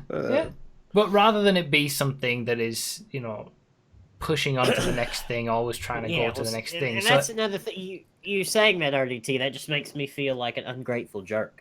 Right, there's so many other people out here they're like, oh man, if I just had 10 viewers, that are like you said, Brough, that are trying and not getting anywhere, and I've got 30 viewers. I'm sitting here complaining about it. And I sat here and complained about 70 viewers earlier on GT. I'm sitting here complaining and whining.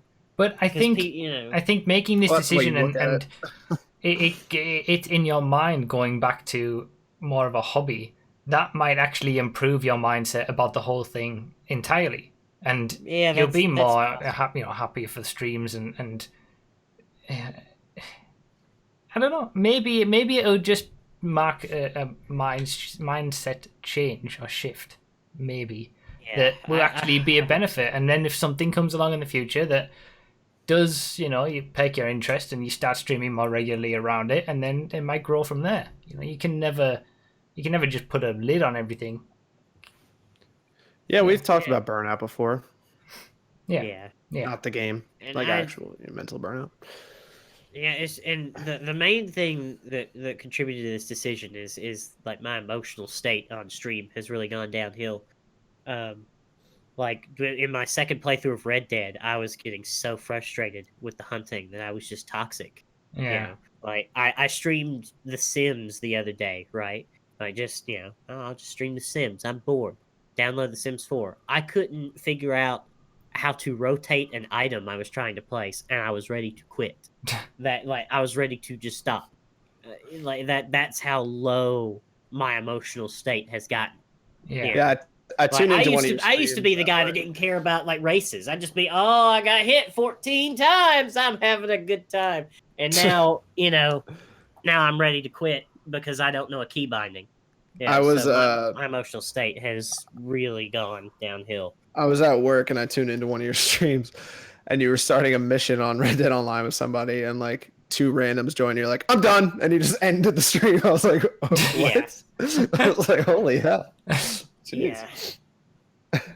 Yeah. It's a shame, and I'm sorry that Twitch didn't. You got all the things that you needed to do, and then Twitch decided that they weren't gonna reward the effort that you put in. Yeah, it's not their fault. It's my fault. I should have had higher viewers. I should have been a better streamer. Yeah, it's not their fault. That's right. Wait, no. You just got lucky, like me. Right place, right time, as you said on Discord. Well, it wasn't really the right place, right time. You were doing YouTube for 7 years before anything came along. Well, I was doing YouTube for a year properly before anything came along. But Gears of War videos, would you have like 100 viewers? Well, I wish. I had like 20. Yeah. But yeah. But that's a different thing altogether. Yeah, it's very different with streaming as well. Like I made videos because of the enjoyment of making videos. Streaming is so based on people and community and shared experience that it's I've not known what it's like to grow from nothing on Twitch to something, because I had YouTube. So yeah, it's not something that I can fully, I guess, talk about. Wow, we went down a dark path. Yeah, that's that topic. So I'm not quitting. I want to stress, I'm not quitting completely, but there's no schedule and likely no streams for a while. Yeah, so take a bit of a break and enjoy, just see how you feel. But yeah. And watch some friggin' claymation Christmas movies, man. I can't believe you guys have never heard of those. That's insane. I've seen them. I've seen them on various sitcoms, but they didn't really make it over to the UK RDT. I know of them, but I don't only in sort of passing. It's not something that made it over to the UK really. They're fantastic. Just FYI, I can empathize a little bit with the whole thing that people don't want to watch anything other than GTA though, and that is something that I experience all the time. But I'm lucky enough to still be able to have at least a relatively nice amount of people who want to watch anything and go through these story-driven experiences that I go through, and I upload them to YouTube. But they get very few views, but at least it's some people still. But yeah, you can still play GTA too without wanting to kill yourself. That's it. You may be dying on the inside, but on the outside, it really doesn't look like it. So, I mean, you're so talented in that regard. I wish I could. We have like 160 something people watching this right now. Yeah, people will watch anything. That's what that proves. Yeah. Right. Should we move to our final topic? Because this is going to be a long discussion. Too. Yeah, this might be the longest podcast that we've done. Because we got to do our regular segments here first. We're doing our regular segments and then then Red Dead 2 stuff right at the very end. Shit. Okay. So let's rapid fire them. All right. Phone bank, that's going to be open if anyone wants to get the phone bank. Ask 3 questions max. Yeah. 3 questions max. Yeah, you got no time. You got to get in there as soon as possible if you want to ask a question. No. If you don't, then don't.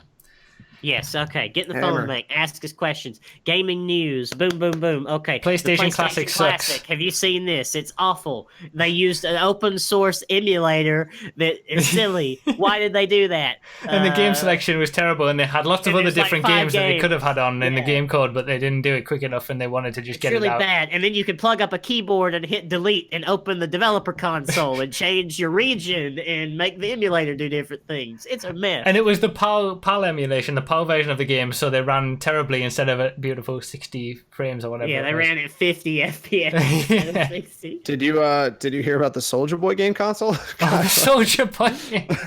Yes. I haven't really heard about that. Oh, I heard about that. Oh my god. He just bought like some emulator and then marked up the price and called it the Soldier Boy console or something like that. And then now there's like lots of different variations, and he wants to create an esports team, and Yeah, ridiculous.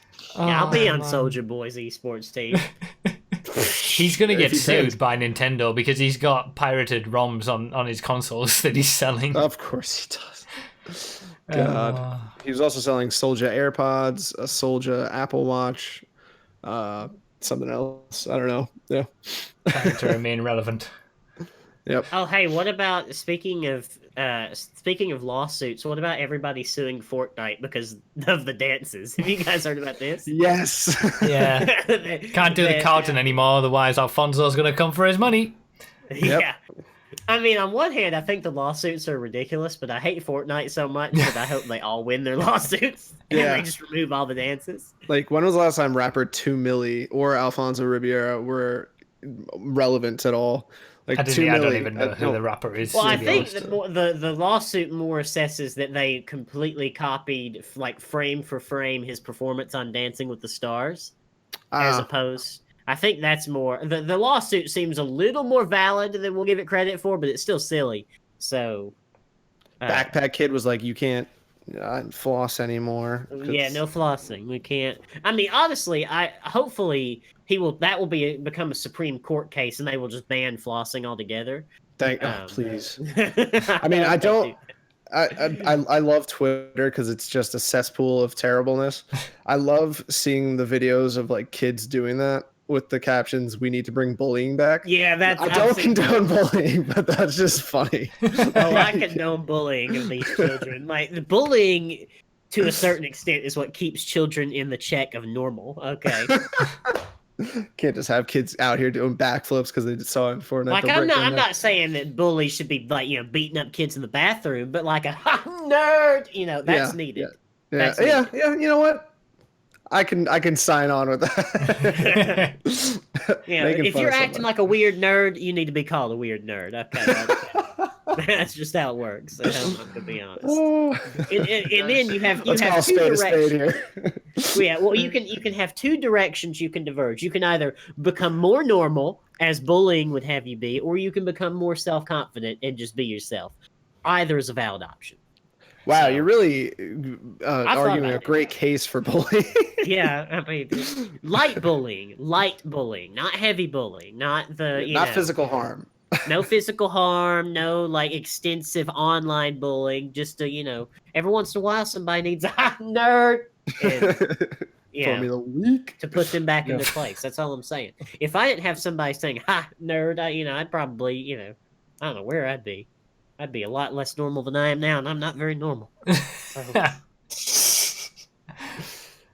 Wow. So, gaming news. Did you guys see that Alfonso Ribeiro's case may be in jeopardy due to an interview that took place? Where I he saw stole the that. moves. Yeah. He stole the moves from Courtney Cox and Eddie Murphy. Yeah.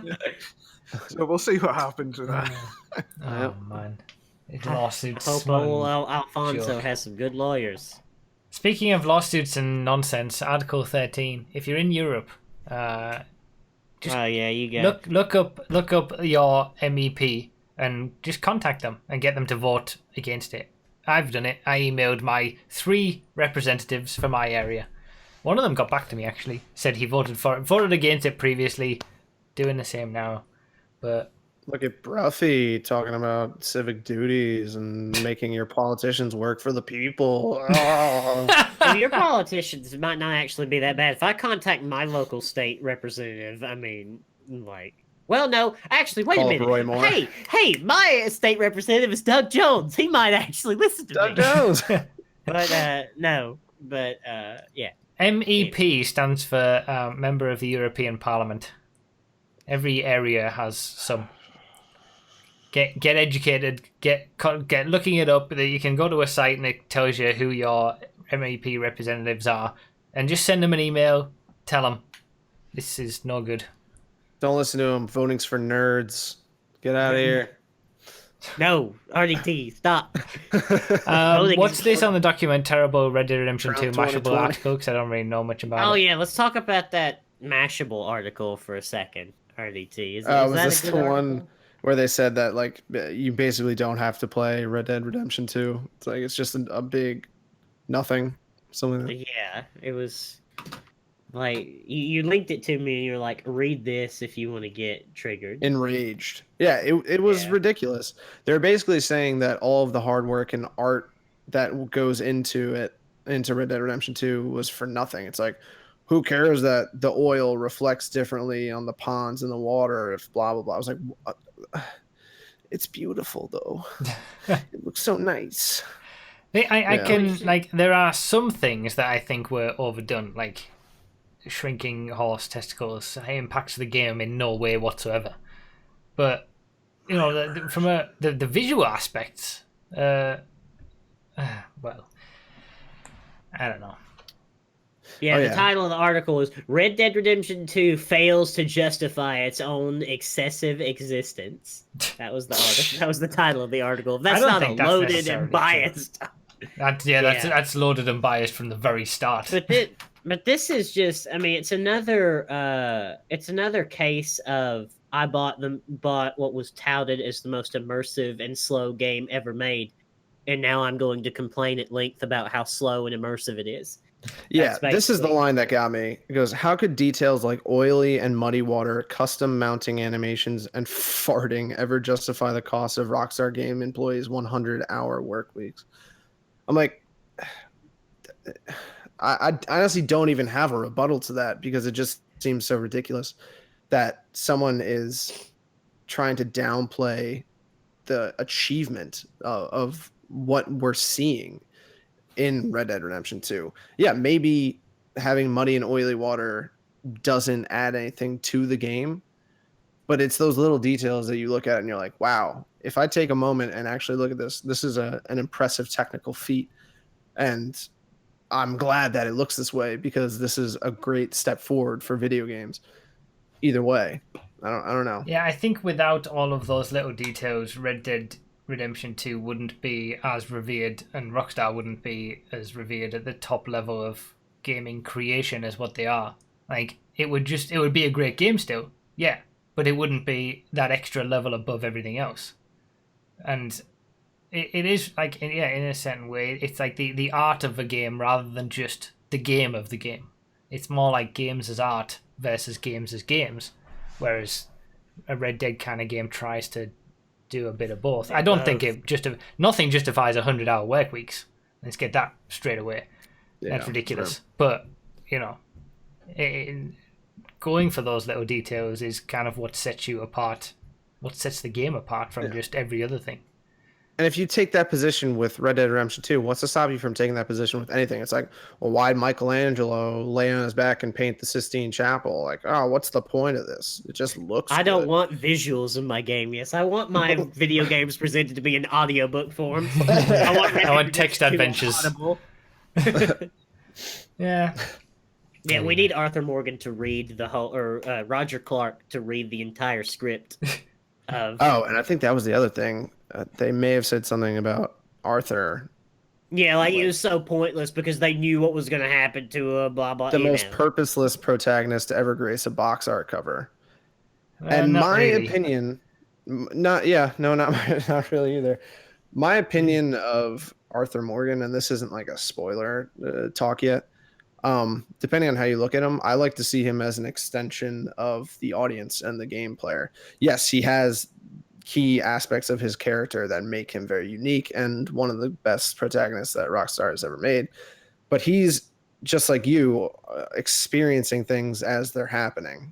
as you know, which is how games kind of are played. But in a way, you create. I don't know. That article just pissed me off. There are elements of Red Dead 2 without when as you're playing as Arthur where you do have choices to make and they implement in that. And that was one of the better things that I like about it. So I see where you're coming from with that sort of line of thinking. I will give the writer of the article some credit that every time anyone has attacked Red Dead Redemption 2, it's been on the basis of gameplay. And that's the first article I really saw that tried to give a negative opinion of the story. So, I mean, good on you for having the incorrect opinion. Yeah, good on you. But you're wrong. The straws were a bit too far for you. I'm sorry. And that, you know, in the way, like, how he's purposeless because it was predictable. Like, you know, I could sit here and tell you the whole story of Red Dead Redemption 2 and spoil it completely, but I could not take away those emotional points in the game. Yeah. I can't take those from you. You know, that's what gives it purpose. You know, just because you could predict some things that may happen in the game does not take away from the experience at all. So. Yeah, this was another one. It was like, name a single unique characteristic of Arthur Morgan's that he does not share with John Marston. Like, they're completely different characters. How about Arthur Morgan is a bad dude? Yeah, he's just not a good person. Yeah, he is not a good man. Arthur Morgan is not a good man. No. You know, John, you can tell from the beginning is. Yeah, John is his trying his best to be a good man. Arthur Morgan is not. No. Anyway, let's talk about Red Dead Redemption 2 at the end. You speak as if killing was something I cared about, Mrs. Downs. Yeah, that was one of my favorite lines in the whole game. But we'll get to that in the next discussion. Quick bit of last episode follow up in terms of the number of comments, because I don't have anything to talk about with the actual comments themselves. So we could. I don't either. I can't remember what the thing was that we were saying. Boy. Oh boy. Yeah, I think it was boy. Yeah. Boy. How many comments did we have? We had 49 comments in total, so down on the last episode, unfortunately. But how many out of the 49 do you think mentioned boy? 33. The majority of them. Oh. RDT's number. I'm gonna say 21. 49 comments. I'm gonna say 37, Alex. All right, Nos wins. 25. 25 was the answer there. Damn, girl. Hey, Black It was mentioned a total of 62 times in the comments, though. So, yeah. Bass the Black Knight specifically mentioned it 33 times in a row. So he was pretty much the responsible for all the extra mentions. Yeah, exactly. Yeah, he's the usual suspect for this type of thing. Yeah. We do have one comment that Phil wanted to highlight. It's from Broussard. If I'm pronouncing that incorrectly, I apologize. It says, dude, I've watched your podcast from episode 1 when it was weekly, then it was bi-weekly. It was then that Nos visioned it and said that it will drop to monthly and then no more. As soon as the notification hits, I turn on the podcast. I listen to it at work. I love listening to all of you guys. Nos's opinion and reasoning and topics are always fun to listen to. RDT is the best looking one out of the group. Brough has a hot fiance, which is probably why he's the host. In the end, I'll always support you guys and watch your YouTube videos. I just wish you went in the other direction of more regular podcast. Thanks, guys, for the entertainment. P.S. Brough, get back onto GT Sport so we can race. So thank you, Bruce. Thank you. I'm the best looking. I got to put on my Tinder face now. All right. Thank you, Bruce. Very nice comment. I remember reading nice. that and being happy about reading it. And he was totally bang on as well. Like, that's the only reason I'm the host. I got nothing else going for me. I did see a great little face app collage of you with a beard. Oh, yeah. You should grow it out. Oh, yeah. Look good. Yeah. I feel like the unattractive woman in the group. Like, you go through and you give compliments to everybody. Well, you've got a great personality. I love your opinions. God don't make no junk. He didn't compliment me. He complimented my fiance. It wasn't, Well, I mean, at least you're successful. Like, that's, he complimented your success. You have such a great personality. Yeah, thanks. Oh, did I reply to that? Okay, I did reply to that comment. That sounded like a comment that I would have replied to be fair. So.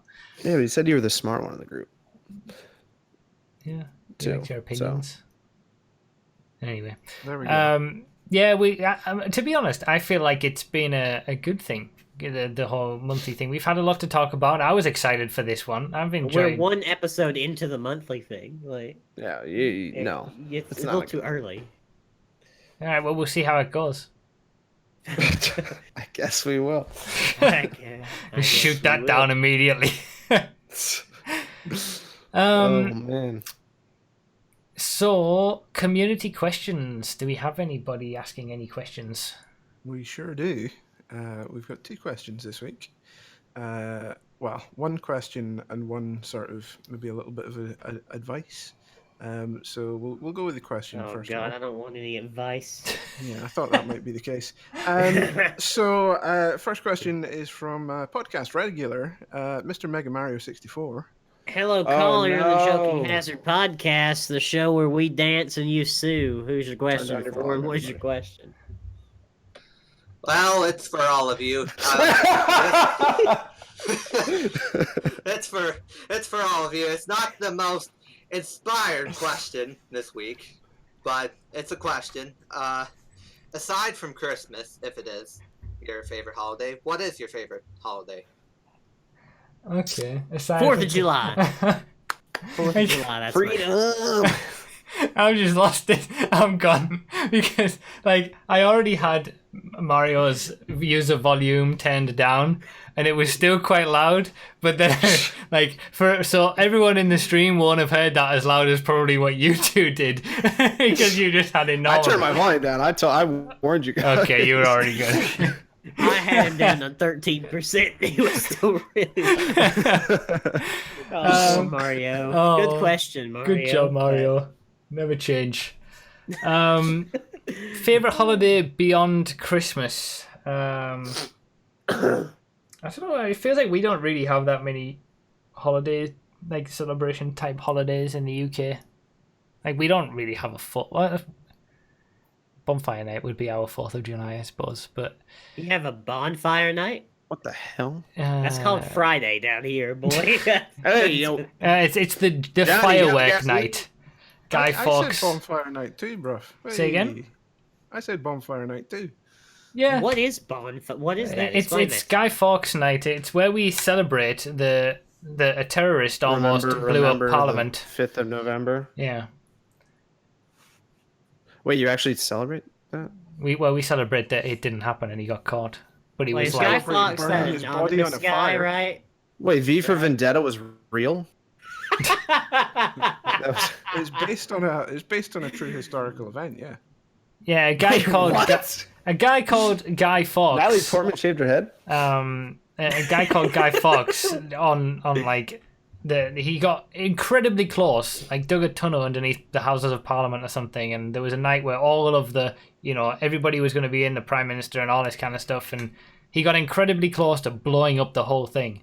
But I think something failed with the detonation or something, and it didn't happen, and he got caught. And now, wasn't it? He got burned alive or something, and that's now what's bonfire night. But we set off fireworks. What year was this? Like 1612 or something. It was ridiculously. Yeah, it was a long time ago. Ask Google. That didn't make any sense. Did Bill Williamson set up the detonator? When was this? Very funny. He died in 1606, so I'm assuming I it was was close. I was so close. Oh, that was captured a random guess. 5th of November 1605. Yeah. There you go. Remember the 5th of November. Get that. So what do you do to celebrate this terrorist? Well, it's fireworks You and light people on fire, obviously. yeah, there's We don't bonfires and celebrate. fireworks and all that kind of stuff. We celebrate killing him. Yeah, basically. It's like your 4th of July with just fireworks all over the place. Man, you guys know how to hold a grudge. The man's dead and you're still celebrating. 400 years later, we're still. Every year we throw a dummy onto a fire. Let's go dance on his grave. Why don't we? Come on.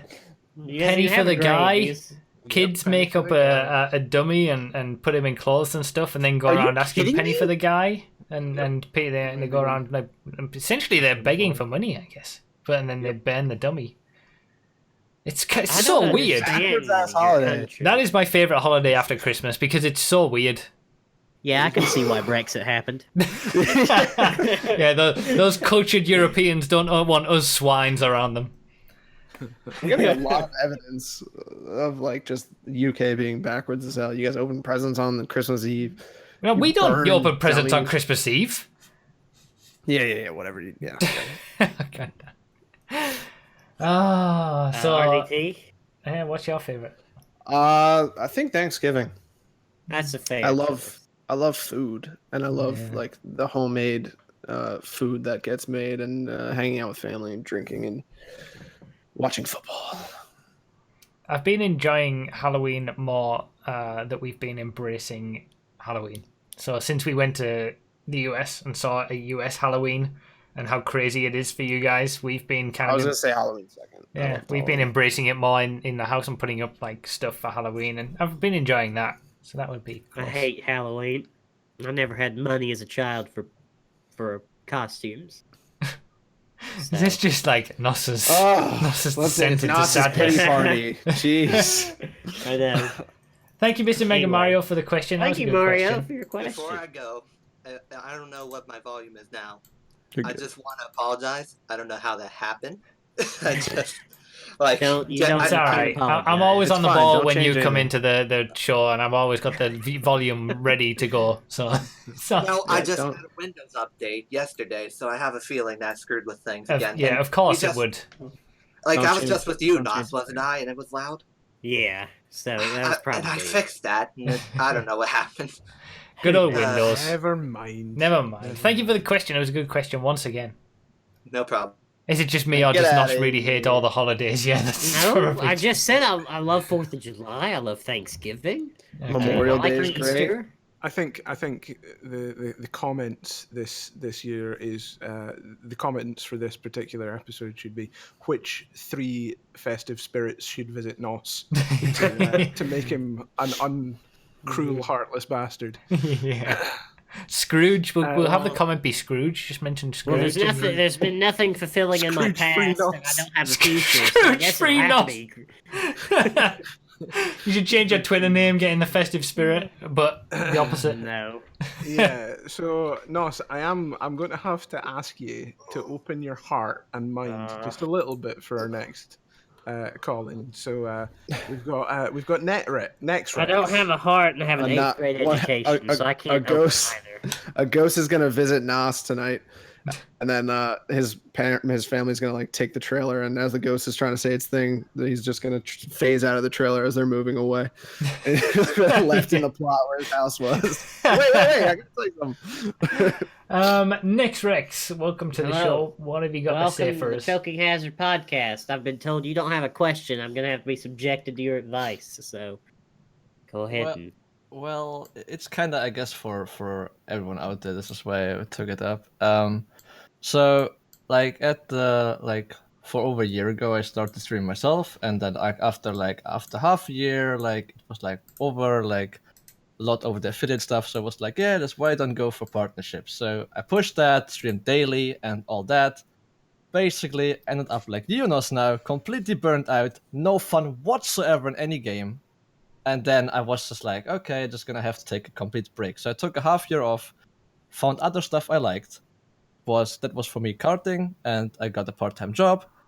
Did that, and now for I don't know 2 months or so, I'm streaming now again, and I have the biggest fun ever. Of course, I ended up like you probably predicted yourself now. A lot of less people watch you, but I don't give a flying F about that because I enjoy just doing that for fun. Well, I think you that's have a probably- fundamentally different approach than I do. Well, Yeah.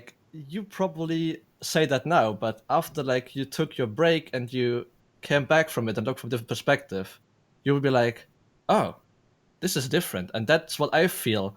Like everyone who's tried something like a own job in whatever way he tries and he doesn't succeed in it, that is just something that you can maybe approach a different time and then it will work out for you. And that is why I think it's a good time to bring it up in a Christmas stream, because Christmas is the time to be happy and stuff like that. You're barking up the wrong tree there. Yeah, dude. Well, this is like just for me, you know, like that's like how I feel about that. I think you have extremely good intentions, and you're definitely following the Christmas spirit. I think your audience is the problem.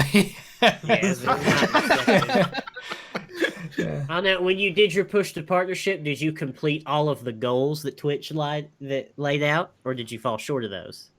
Well, I fell short of the view stuff. Like I think saw that's a big that. difference. I saw that, of course, but like still, like you didn't succeed in it, and you ended up with the burnout basically of playing games. Yep. I don't know if I was burnt out at playing games at that point. I was burnt out on GTA, and now I'm burnt out on games, I think. So yeah, it came slowly over time. But maybe you're right. Maybe I'll come back and I'll be satisfied with my 5 viewers and I'll have a blast. Or maybe I won't come back at all. Yeah, we'll just have to see. So Yeah. Thank you for the words of encouragement, Next Rex. yeah, thank you, Next Rex.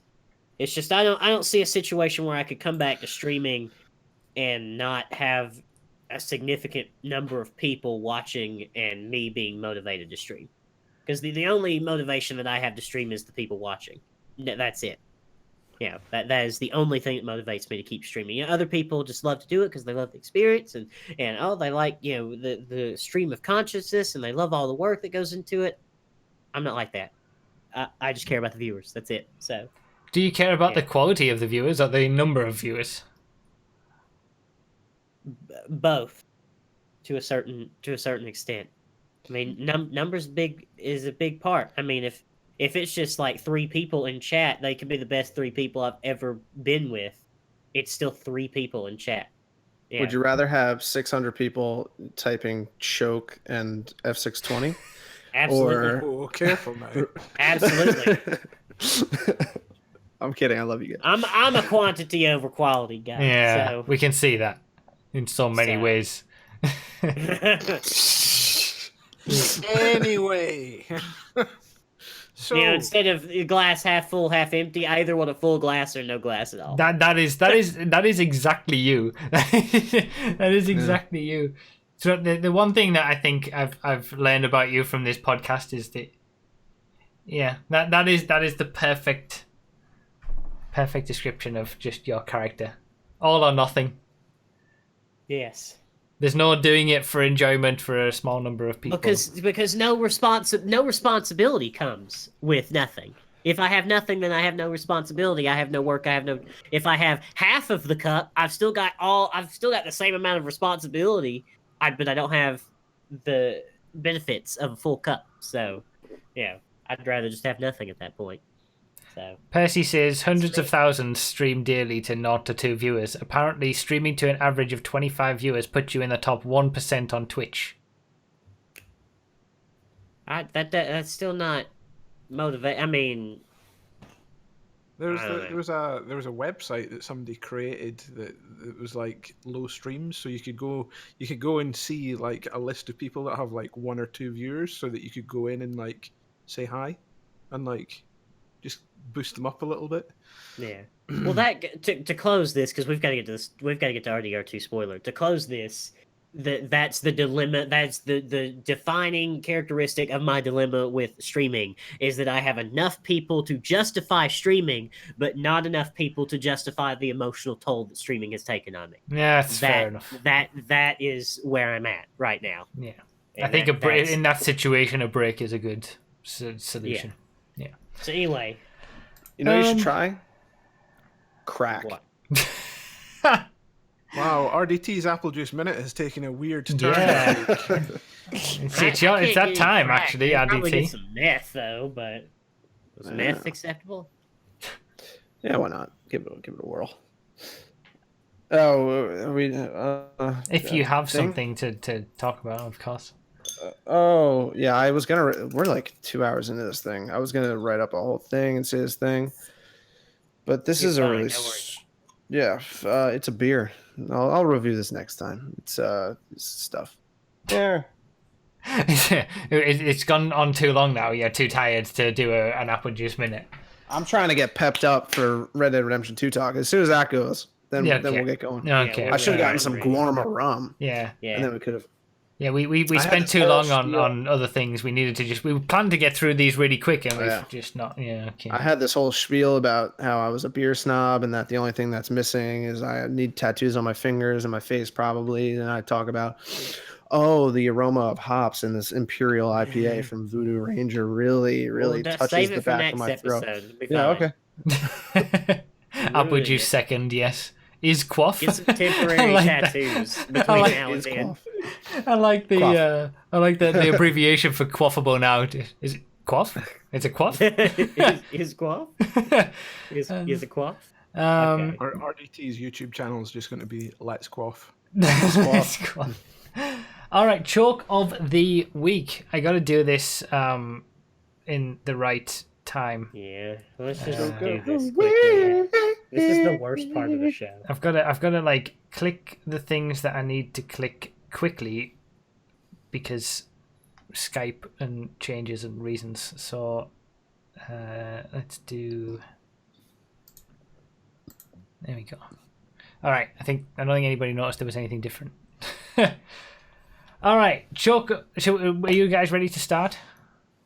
No. No. We got Nos there, thanks to Skype's pop up. We'll leave him there in the corner. RDT's not showing though because no. We're ready. All right. Okay. Let's start it now. What game is this? All right, so this is Just Cause 3, correct? Is it? Just Cause 4? It's 4 and he's in the middle of a mission. Okay. It looks like Grand Theft Auto. In the middle of a mission, landing a jet next to the marker that he needs to do to complete the mission, I guess. Yeah, come on, we know what's about to happen. Oh, I know. Is a train gonna... You can see what he's on train tracks. And since I know what's about to happen, it makes the whole clip pointless. And this is the most pointless clip to ever grace the podcast. Because it was predictable. That's a little harsh. God damn. I know. What was harsh in that Mashable article, too? So he's parked his jet on the train tracks. He's getting back in it. Oh, God. He's reversing. Oh, I haven't got there yet. Oh, there it is. Oh, jeez. The moment he looks behind, though, actually, to be fair, that was pretty... Failed. The split second that he looks behind, there it is, train. This is 3. Yeah, that was Just Cause 3, by the way. Oh, that was 3? Okay. Yeah, I didn't see a tornado, so... This second clip, racing with randoms. Comfortably in second place, this guy. Good Whoever on him. this is, we don't know who this is. We don't know who anybody is. People. I don't even know who I am anymore. On a stunt race, GT driver takes the victory. These guys coming up to the finish in second. Oh, flips off I don't know what he flipped off. Off the light on the runway. Yeah, because Rockstar decided to put a light on the... they decided to give those lights hitbox. Yeah. Hitboxes, but the ones at LSIA don't have hitboxes. Oh, yeah. And the checkpoints. And he ended up finishing fourth. Oh. Just got beaten by two people right at the end. Ugh. Good old runway lights. Vigilante in this third clip. This is a time trial, isn't it? Yeah. In German. This is the easiest time trial. I did this one for an easy 50k. Oh, no way. No. Nice. This is fantastic. He Austin Powers it. Oh, and he misses the... he had like 10 seconds to get to the end of the time trial. Oh, that's impressive. And wow. Okay. That's rough. That is RUFF right there. That's rough. That's a good one. That's a good one. Ends up... So for those who were listening, because you want to go and watch it anyway, but it was a time trial where you have to go all the way down Route 68, is that called? Yeah. And you end up Yeah. just after the petrol station. And he was in the vigilante. He had like 10 seconds as he entered that little area with the petrol station. He flips off a bollard in the petrol station and then wedges himself lengthways between the two bollards and the bollard and the curb and couldn't get out and just had to watch the timer disappear. I don't know what language you're speaking right now. Me? And what's a bollard? What was that? Bollard German? in the petrol station. Yeah. I It's didn't know called they were. gasoline, baby. Okay. And then what would a bollard be called? Big yellow Pole. thing. Pole. The pole. Okay, sorry. Sorry I'm English. Yeah, you should be. Now I know why. You keep apologizing for that. Maybe one day someone will forgive you. Today is not that day. Let's get this choke of the week done. Yeah, we need to get it done. Come on, everybody in the chat. If you're in the chat, like watching live, you need to vote. Get it done. We move on to Red Dead Redemption. This is going to be our longest podcast. It's easily. Holy hell, yeah. We could go for another 4 hours.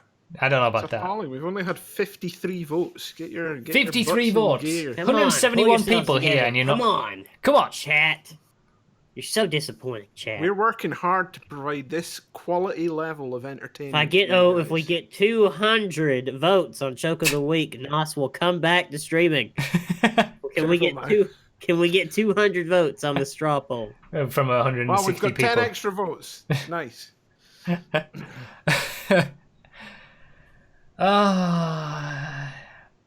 Look, this is a you have the ability to influence the outcome of something on the podcast. Yeah. Don't take that for granted.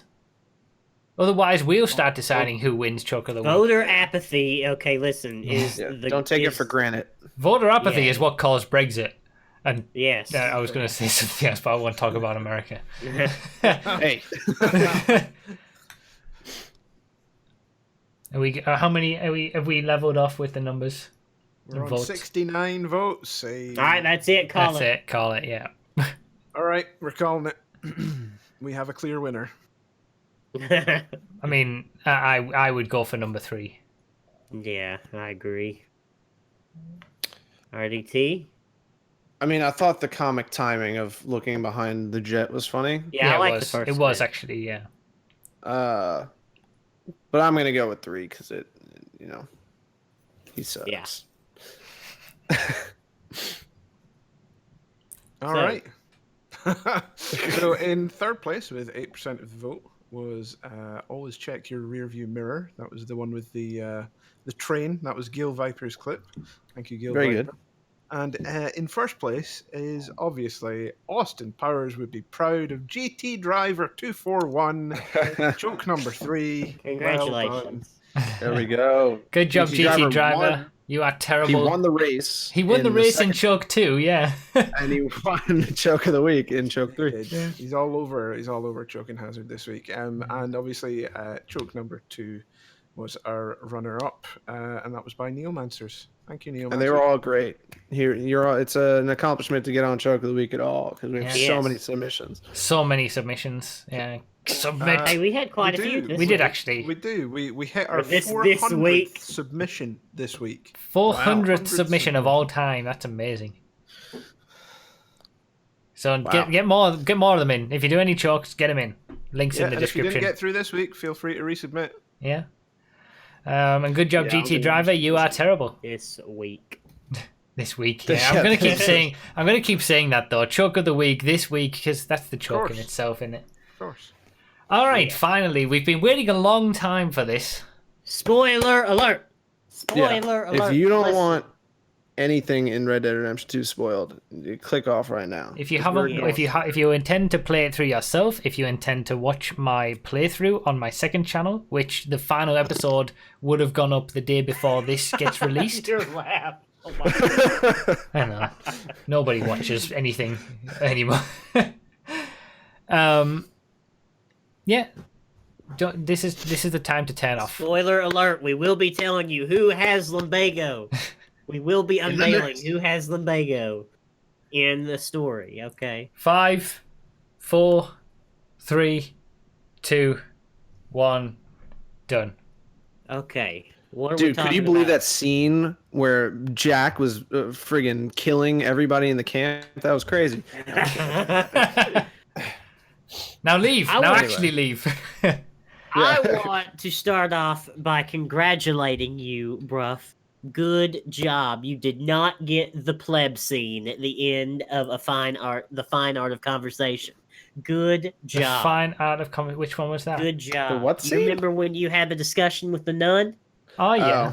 You got the good scene. You did not get the pleb one. Oh if yeah, you're a pleb. You would have talked to Reverend Swanson, right? Yes. Right, yeah. And it was so significantly it's such a terrible scene compared to the one with Sister Calderon. I have to say that scene got me, like the way they animated his face on one moment there when he said I'm scared. I couldn't believe it. That was so moving, that scene. Yeah, that one got me. Yeah. Bad. I want to speak to whoever did the texture work for Morgan's eyes in the later portions of the game. Oh my god! It's like every scene, even like funny scenes, were hard to watch. Yeah, it's just a shell. Yeah. Oh man, the fine-tuned animations in this game are so immaculate. One moment that stuck out to me personally was Como Driscoll in Saint Denis when he's standing at the gallows and he's like, huh, whatever, man. I don't get out of this one again. And then he looks down and his men are being held up by Sadie and Dutch. And he looks up and Arthur's like, hey, Colm. And his face just comes to the realization. He's like, oh my god. The facial animations were impressive. They really did, more than any other game I've known, really portray real emotion in those faces without the need for any words. Which is funny because I just started playing L.A. Noire last week, and those animations are dog crap compared to what they did. Yeah, they were like ahead of its time. Yeah, I'm like, at the time, this is amazing. Have you seen that clip where like the title is L.A. Noire requires you to they were just taking some ties. That's all I saw. Oh my god, I love it so I've never much. played L.A. Noire. I've been thinking maybe I should get it on the Switch. You should. But... It's very good. It'd be good. It'd be a good playthrough. Yeah. It'd be a good one. I loved L.A. Noire. Can I say, because from I want to get it out of the way first of all, because I want to talk positively about the game, that there are negatives to the game, but it's all about, for me at least, it's all about the controls and the bitty nature of certain things, right? I don't want to talk about that right now. We've talked about it previously, and all the things that I think I said or we said in previous episodes of the podcast, they still hold true. I want to talk about the story, because the story is what, and the world that you're in and the experience is what got me initially. Well, it got me through the game. It picked me up and just took me on a ride, because the first 3 chapters, I was just like, yeah, I mean, why? I didn't even know if I was going to get through it, honestly. Well, no, I was going to get through it because I was streaming it, but if I'd been playing it on my own, I would have found it difficult to continue, because the first 3 chapters I thought was so slow. But there is an incredible payoff for them being that way when you get to the end. It's just I feel like they could have done it a little bit, could have gotten there a little bit quicker to that final mission, or the final few missions of chapter 3. But I specifically remember that moment where you're walking up with the gang. That's a short on the walk house in a pretty town. That's the turning point in the game. That is the pretty town. That moment specifically, when you're walking up and you see the house and they're all in a line, and the night and the lighting and everything in the story at that point, that is the turning point for the entire game, I thought. And that was when... I'm sorry.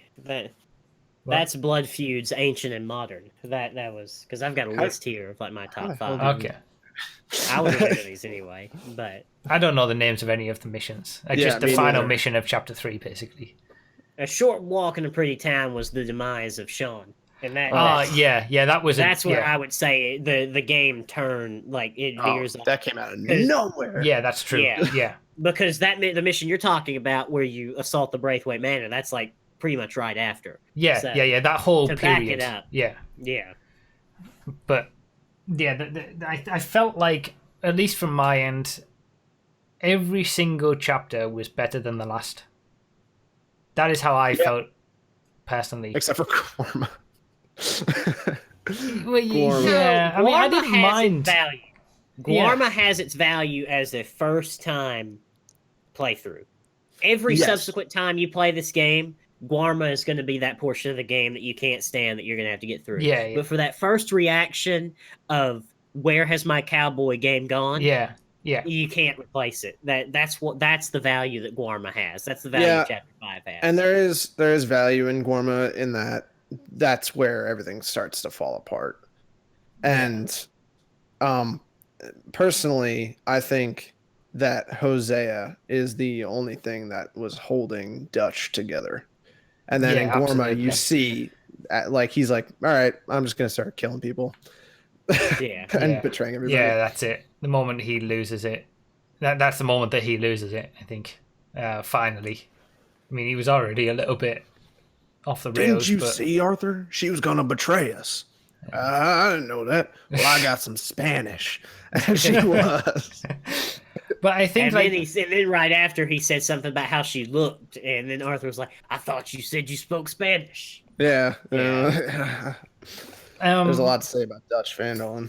My experience was, like, every place that I went to was brand new. Like, I didn't do any exploration outside of where I was. So the camp moved. I did a mission where I needed to be. I didn't really do much beyond that. So for me, like, the end of chapter 3 was the turning point, and then going straight into chapter 4 to this city, and it was Saint Denis is an amazing place, and especially for the first time coming to that place as part of the story, it's just like, wow, okay, chapter 4 this is something else, and then Guarma just goes beyond that with an entirely new map, and you think, well, there's no way, this must just be a cutscene and I'm going to be back, on the map again, and then you end up on a completely new place. So yeah, for a first time playthrough, it does have significant value as just shaking everything up completely. Yeah, and I think every game, or a lot of games, there's always the point, and I was thinking about this as I was going through, through chapter 3 and 4, like, where is the point in the game going to be where it strips you of all your gear?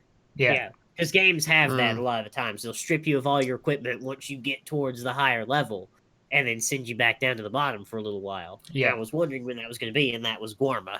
So, and also the mission where you get captured by the O'Driscolls. Yeah, that was but you, I mean, you get your weapons back, you get back right pretty after easily, that. but, So that doesn't really count, I don't feel. The one thing that I wish I'd done differently in my playthrough is saved the reveal of Arthur's TB for the start of chapter 6 instead of the end of chapter 5. Like, when I got back from Guarma and located the camp, I wish I'd just gone straight to Dutch and gone to the new camp and then gone into Saint Denis to see Sadie, and that would have been where the TB thing happened. But because I did it at the end of chapter 5, it was an incredible impact. I just feel like it would have been better given. I kind of wish they'd held that mission back, not giving you the option to do it in chapter 5 and held it back for chapter 6. I feel like the impact would have been even greater after you've moved to a new place and everything's falling apart. Yeah. I didn't even realize that was a they thing. killed our. Let's talk about killing our character. What did you two save it till chapter 6, or did you do it straight away in chapter 5? Yeah, I don't even remember. Yeah, I moved to Lakay first. Okay. We moved to Beaver Hollow first, and then I think I did that. Yeah, I wish I'd done it that way. So, my first playthrough, I was so paranoid that I was going to get the story spoiled for me. So I kind of just like went through, I did some side things, but I wanted to get the main story done. So I don't really remember specifically. I'm on my second playthrough now. I'm in chapter 4 and I'm like taking it slow, experiencing things, and actually playing the game how I wanted to play it. But yeah, I'm surprised I never got spoiled. Actually, I mean, there were a few moments, and I had a filter set up in the chat so that for any names of any of the main characters were said, that would time someone out immediately. And there were a few moments that people would never have known because they got timed out immediately, and people watching don't see what is said. But there were a few moments where people did come in and spoil stuff.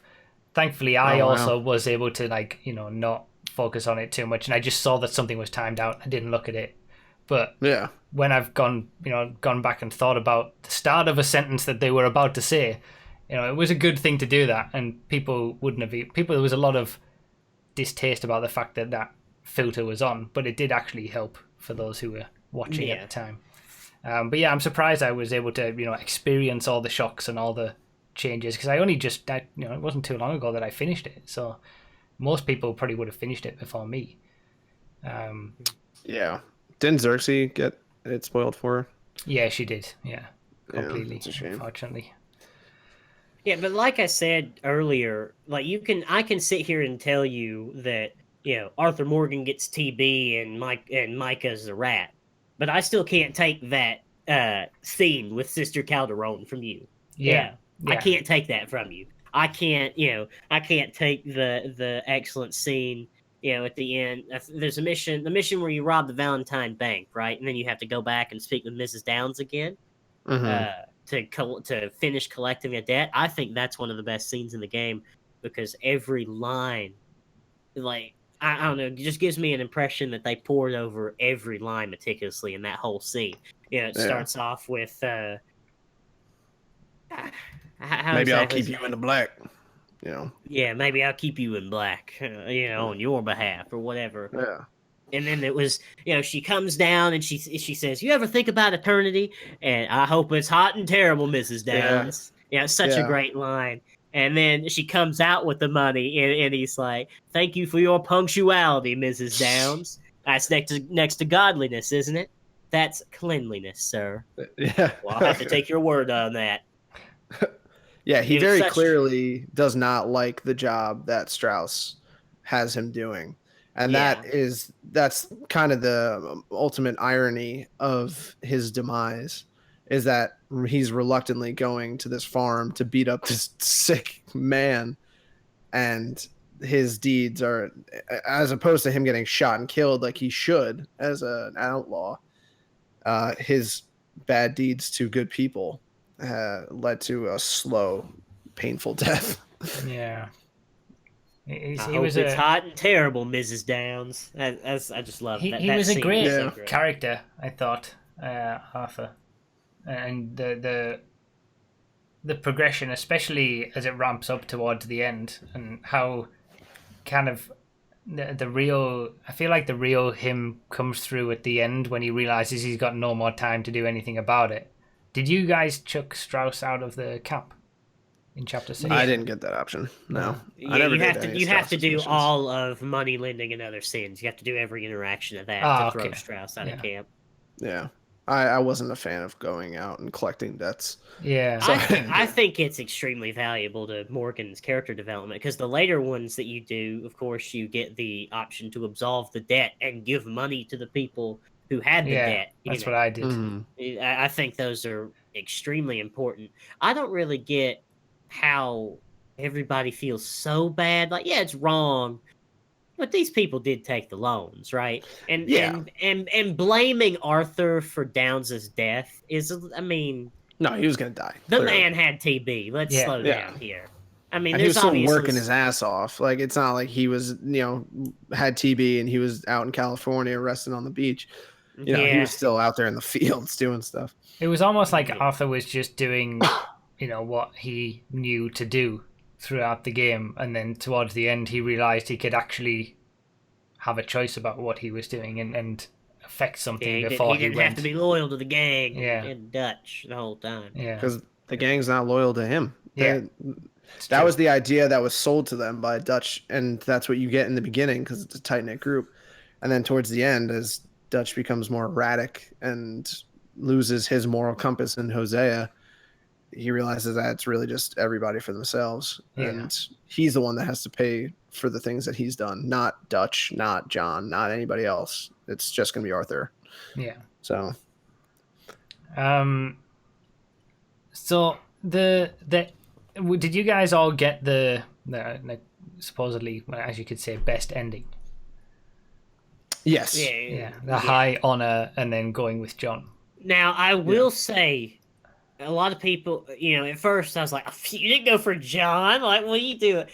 As I've thought about it more and I've watched all the endings and whatnot, I will defend going back for the money as a valid ending. I will sit here and defend it as valid.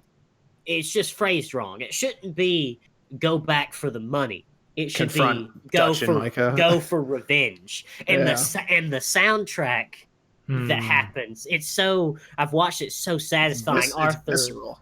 It's like bah, bah, bah, bah.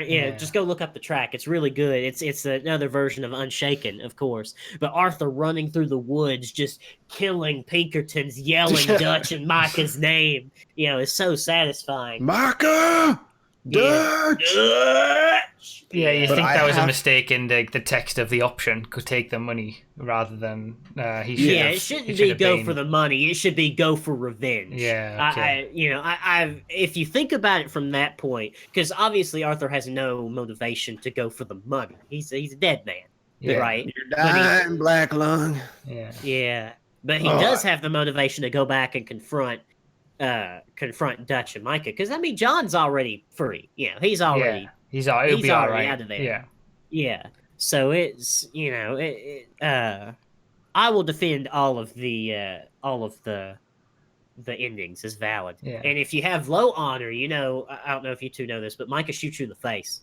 Oh, I watched that, and I gotta say, I kind of do like that scene when he's like, damn you, and he goes, damn us both, and then just bam right in the face. That's the thing. He's defiant till the end. Going from if you didn't go for John and you didn't have bad honor, you're playing the game wrong. I've definitely changed my opinion. All 4 of the endings are valid. In my opinion. And I feel like you can, there's an element, like I've said this a few times now, how they brought in the whole choice system, at least to a certain degree. It wasn't one of those games where it's all based on choice, but you could shape Arthur to a certain degree into the person who you wanted him to be. And so from a perspective of high honor, you want to do the right thing all the time. Yeah, the other endings may not seem quite right to you, but you could play through the game in a completely different way, make your Arthur a completely different type of Arthur towards the end, and those endings then become much more valid. And actually going with John and having a nice ending makes no sense based on the type of Arthur that you have. I will say that low honor and going with John doesn't make too much sense to me. Yeah, that's the only one that doesn't make much sense. But I agree with you there. Yeah, unless it's just like happenstance that you had been going around killing random people for whatever reason, you just had low honor. And the way, as I hear you guys discuss this, it kind of makes sense too, that you could look at Arthur in 2 different ways. Like, I think, Broughy, did you say that Arthur becomes more of who he should be, the good guy when he gets his diagnosis? You could easily just say the other way too, is that he realizes it's a death sentence and there's nothing he can do, so just keep on carrying on what he's been doing. He's like, that's also true. Yeah, he can go from that moment where he gets TB, he can make 2 choices. He can try to do a good thing and do the right thing and absolve himself, redeem himself, redemption, or he can do the opposite and just play into it even more. Yeah. So who knows? Like I said, I thought that each chapter was better than the last, and that also extends into the epilogues as well. I don't know whether you guys agree, but I agree. I love the epilogues. I loved the epilogues so much, and I don't know what it is, but like as much as I loved Arthur, playing as John again, I don't know. It just felt right. I can't put it into words quite what it is that makes him such a good character to be and to play. I don't really know. I just feel that I enjoyed playing as him a lot more. Yeah. I liked Arthur as a character. I thought he was a great character, but I enjoyed playing as John more. I agree. It's like sleeping in your bed after a long vacation or something, or being away. You're like, you come home, and that's just this is. And nice. I think the positioning of the missions you do with John are very important. Because in the first game, you start out and you're doing all this ranch work at the beginning, and all you want to do is go be a cowboy, right? Yeah. And that's one of the worst parts about the game is that it starts off not only slow, but slow and boring, and you're not doing what you want to do and everything like that. Yeah. But this in Red Dead Redemption 2, you've already been a cowboy. Yeah. Like every mission whole up time. until this, every mission up until this point has involved combat, and now you're doing the ranch work. And also, now I it's thought a that the change of ranch work pace. wasn't anywhere near as bad as what it was in Red Dead 1. It wasn't as near as time-consuming or as boring because they had you doing a few different things and then it would go to a cutscene and the rest would do itself. You know, it was... I thought that, especially in the epilogue part 1, the feeling of time, like you would do a mission, you'd go to sleep, you'd wake up again, you'd do another mission, you'd go to sleep, you'd wake up again. Like the feeling of time really helped that aspect as well, just to give you a sense of, you know, he's just getting on with a bit of life at the moment, rather than okay, I just want to go off and do a lot of things right now. What choice do I have? I love it. Oh man, yeah, I liked the epilogue. I thought it was funny. I mean, that's a great way to look at it, Nas, about, you know, you've been a cowboy this whole time and now you're doing the ranch work and trying to make an honest man of yourself. When I started playing the epilogue, I was like, it's kind of funny that Rockstar was like, everyone hated doing the ranch work. Let's just give them a shit ton of ranch work to do. Like, Well, see, it's the thing. I don't mind doing the ranch work when there's nothing else I would rather do, you know. Yeah. Right? I just watched one of the best characters in a Rockstar game die on a hill looking out at the sunset. Yeah. What else am I going to do now? But that was... two things were weird about the epilogue to me. You start out with short hair. I was like, all right, I need to buy some hair tonic now. I need John to have longer hair. And yeah, I don't know. John was really skinny for me, which I think was a glitch. John has the curves of a woman. Let's talk about that. He is so skinny. It's really odd. I didn't necessarily notice that too much. Like he has looks an like you. hourglass figure. Right. It was really weird. I started just shoveling in oat cakes in hopes that. Yeah, I put on like a big jacket or something. Like I had to cover things up. He was so thin. It was crazy. But his weight was perfect. Yeah. Yeah, he had perfect weight. So that's even Red Dead Redemption is setting unobtainable body standards for men. So. So I thought Epilogue 1 was was great, but it was quite short, and the end of Epilogue Part 1, when he opens up the case and he puts on the clothes and he steps out of the door. Like, I didn't even realize it. People mentioned it in the chat. Look at Bruffy's smile. Like, that was just a great moment. John is, like, back. Epilogue Part 1 is, like, just the moment where John becomes John. Excuse my crude language and imagery. The scene, that one part where you have the double barrel sawed off. Oh, yeah. And you look down and it's the cover of Red Dead 1. I nutted. Maybe I'll pay your wife a visit. You know, blah blah blah blah. Bam. Yeah, he was just. Oh, that was so great. And then I feel like Epilogue 2 was my favorite part of the game. Like, I spent. Can we talk about the mission in New Jerusalem, please? Which one is that one? The house. Oh, when they built the house. Oh, where they build the house. Joy. What a great mission. Hammer and a nail and a wheel and now build it. What a great mission. Oh, it was so great. And there's no gameplay. There's zero gameplay.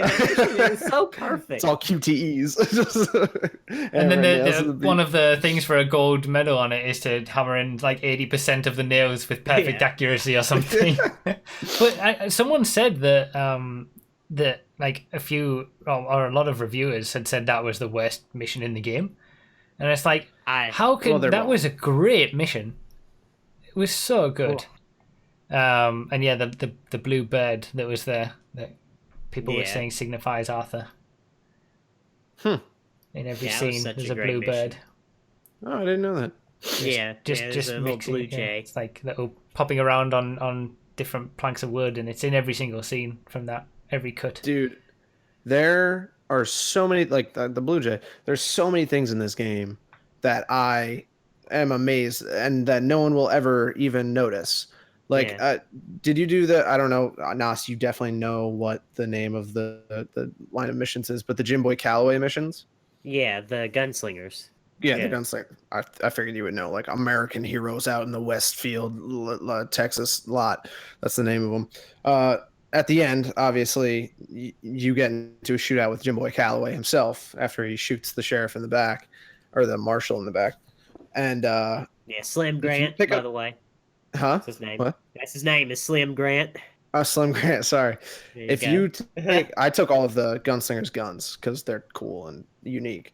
If you look at Jim Boy Calloway's gun, it has etched in it, I think, Canis Canum Edit, which I don't speak Latin, which I think it translates to dog eat dog. Yes.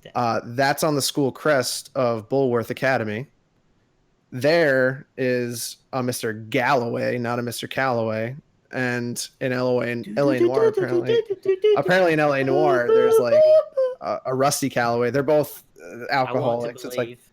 It's like there's so much that honestly, we're nerds for Rockstar games. We're gonna know this stuff or look it up at least. No, someone's gonna be like, "Cool gun," and then throw it away. Yeah, like there's so much detail that they put in single player, which is so frustrating that Red Dead Online is trash. I mean, speaking of small details, one of the best moments in the game for me is when you were carrying John off that mountain in the very beginning of the game, and it did that whistle, the same whistle that when John got off the train in Armadillo. Really? Yeah, I didn't notice that. Wow. Okay. Or maybe not when he got off the train in Armadillo. It was the same whistle that was in the main theme of the soundtrack. Yeah, it was interesting that you when you said Canis Canum Edit, that was the title of the that was a title of Bully in the UK. Really? I didn't know that. Yeah. Interesting.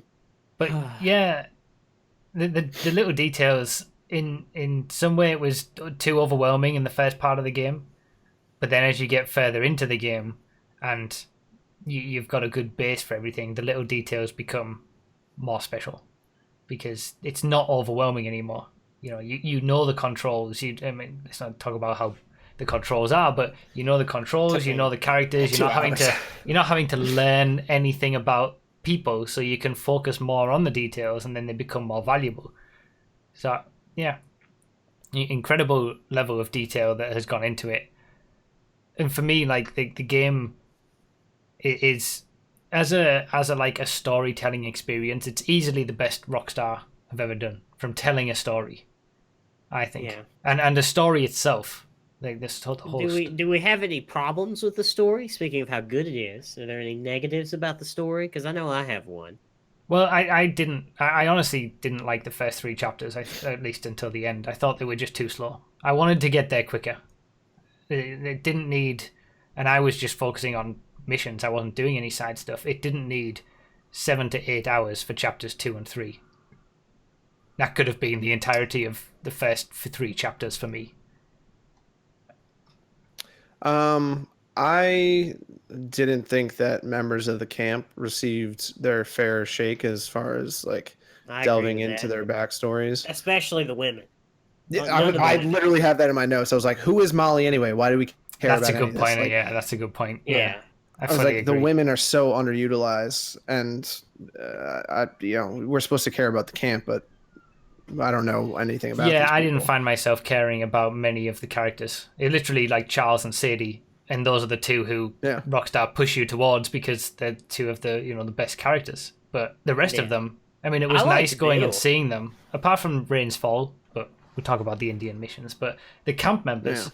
I mean, it was nice going and seeing them afterwards, but I didn't feel like I needed to. And there was some camp members that I didn't go see in the epilogue. Lenny! Just wasn't bothered. Lenny, my boy! Lenny. Rip Lenny. My main problem with the story was how unlikable they made Micah, I feel. Oh, yeah, that was very He was just so... so cookie cutter, transparently bad. Yeah, just such a bad He was dude. very easily hateable. Yeah, he was so easily hateable even before you knew that he was the traitor among the group. Yeah. Like it was obvious Arthur hated him, and then you grow to hate him because your first interaction with the man is killing dozens of innocents for 2 guns. Yeah.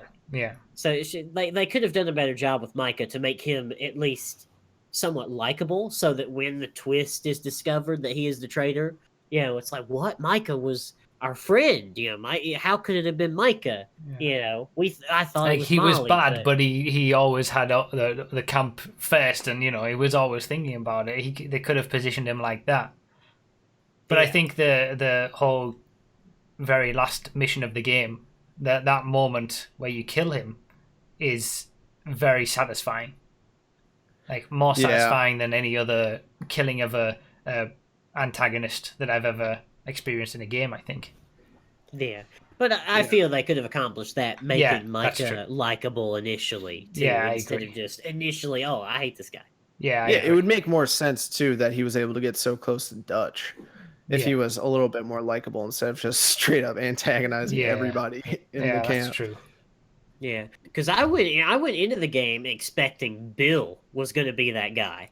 Yeah, really? Well, I'm obviously not going to like Bill. The game is not going to want me to like Bill, right? Yeah.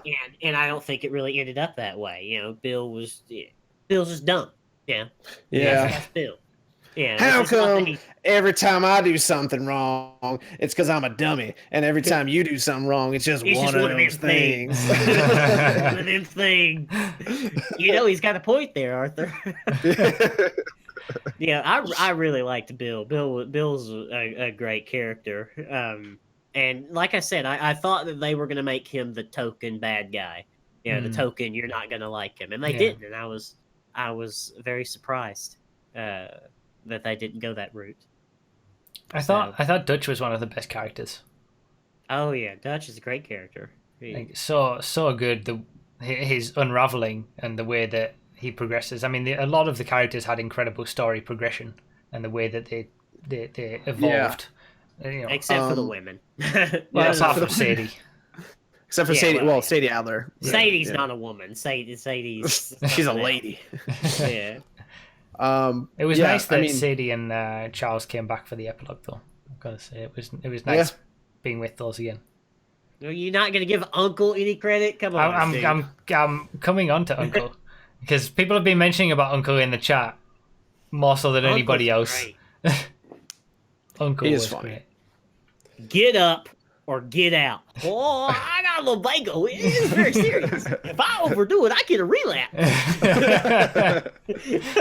He's such a great character. Yeah. When he's getting tortured by Murphys? Is that what the Mumfreys? Mumford and Sons? No, those are the Skinner brothers. You're close. The Murphys are over in the swamp. Okay. The Murphys killed my horse. I managed to get through all the way through the game with the same horse that I bought initially at the very start. And they killed it close to the end in chapter 6. And I swear, if I'd gotten to the end of the game with that horse, I would have cried in that scene. It wasn't as powerful when he says thank you to the horse. It wasn't as powerful because it was a relatively new horse. That's okay. Listen, let me tell you about a little side quest in chapter 6 that you missed called the Veteran, my dude. I'm gonna tell you about this. So, did you do the first interaction of the Veteran? Do you remember anything about a guy with no one leg? Yeah. Okay. Yeah. So you met Buell then, the beautiful beast that is Buell. Yeah. So eventually you go hunting and fishing with him and he's really Arthur's friend. And then he meets his demise to a boar.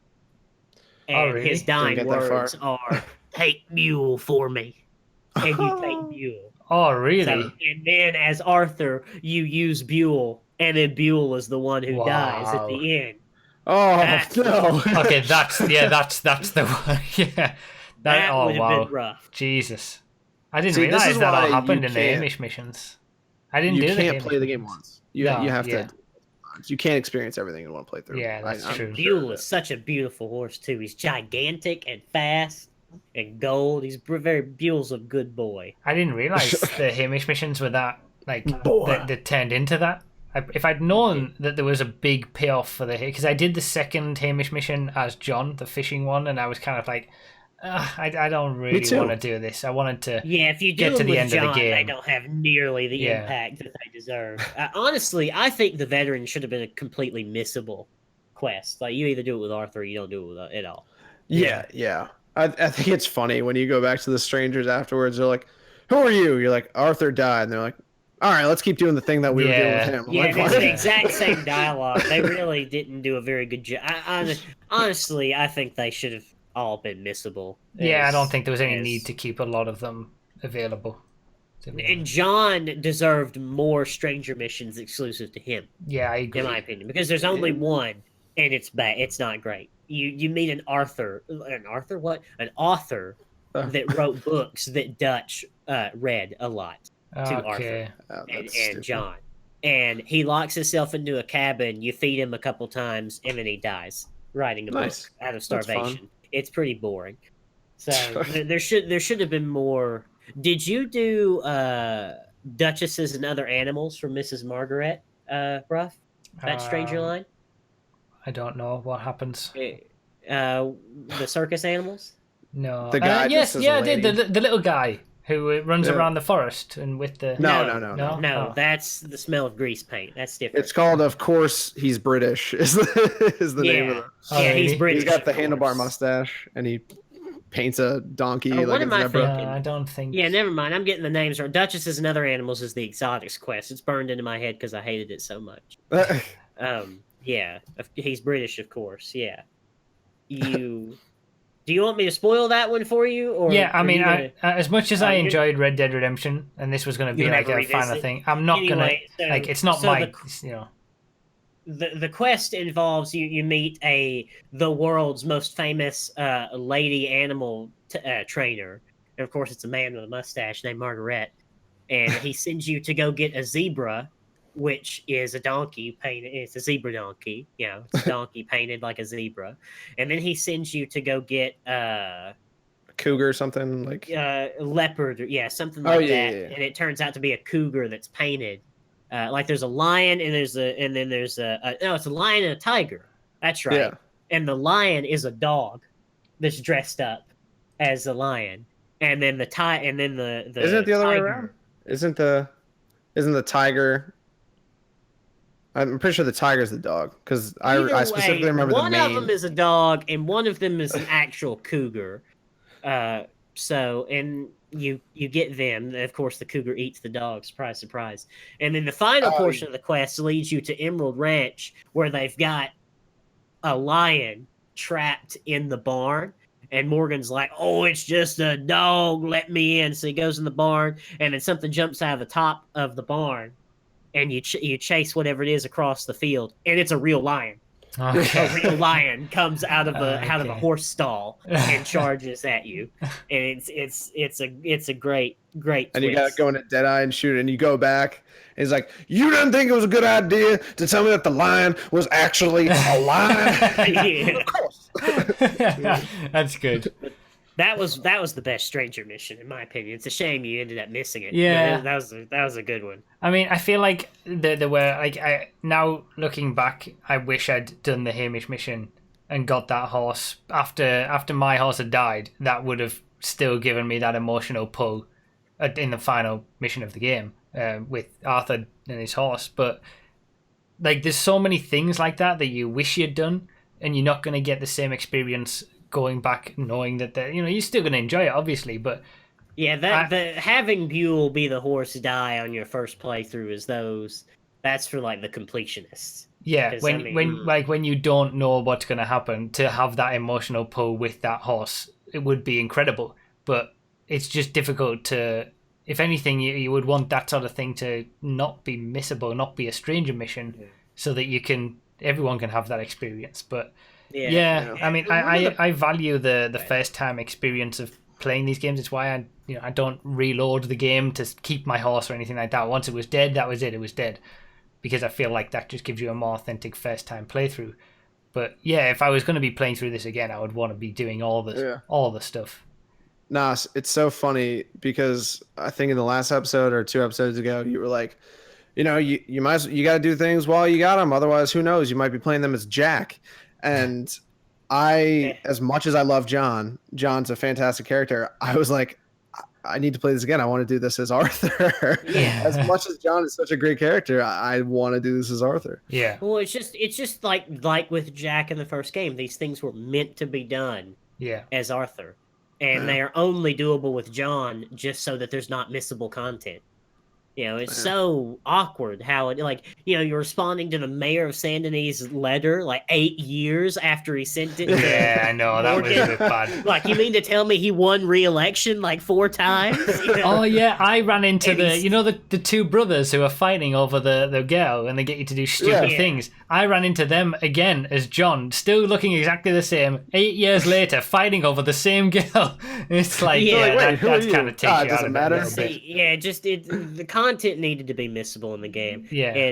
And one of the problems I had too is like after chapter 5, and you know, I got TB, I got it beating him, man. You know, after that, like, what motivation is there to do any side content? Yeah, that's you were dying of tuberculosis. I'm not going hunting. Yeah. Like, I stopped shaving. I stopped cutting my hair. Yeah. I was like, I'm dying. And that's good that the game gives you that feeling, because that's what it's designed to do, and make you feel that way. But yeah, some of these missions that are missable, maybe they shouldn't have been missable, or they should have been presented earlier on in the game so that you would have gotten them done.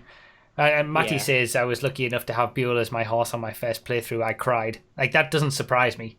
Because as soon as I saw that scene, I knew instantly I would have cried if it had been a horse that had meant something to me. So, like, incredible emotional pulls at certain points during the game. Did anyone find Gavin? Yeah, I ran into the guy looking for Gavin 8 years later. Gavin! Still looking after him. Gavin! Have you seen my mate Gavin? That's actually not far off. That's pretty impressive. I like one of the ones because I didn't really hear him that much, but towards the end, and then he did a really high pitch "Get ahead!" It took me by surprise. I like that. I was going to say, back to missable content though. In terms of the strangers, the way that things unlock, I'm pretty sure, I'm 99% sure that there's 2.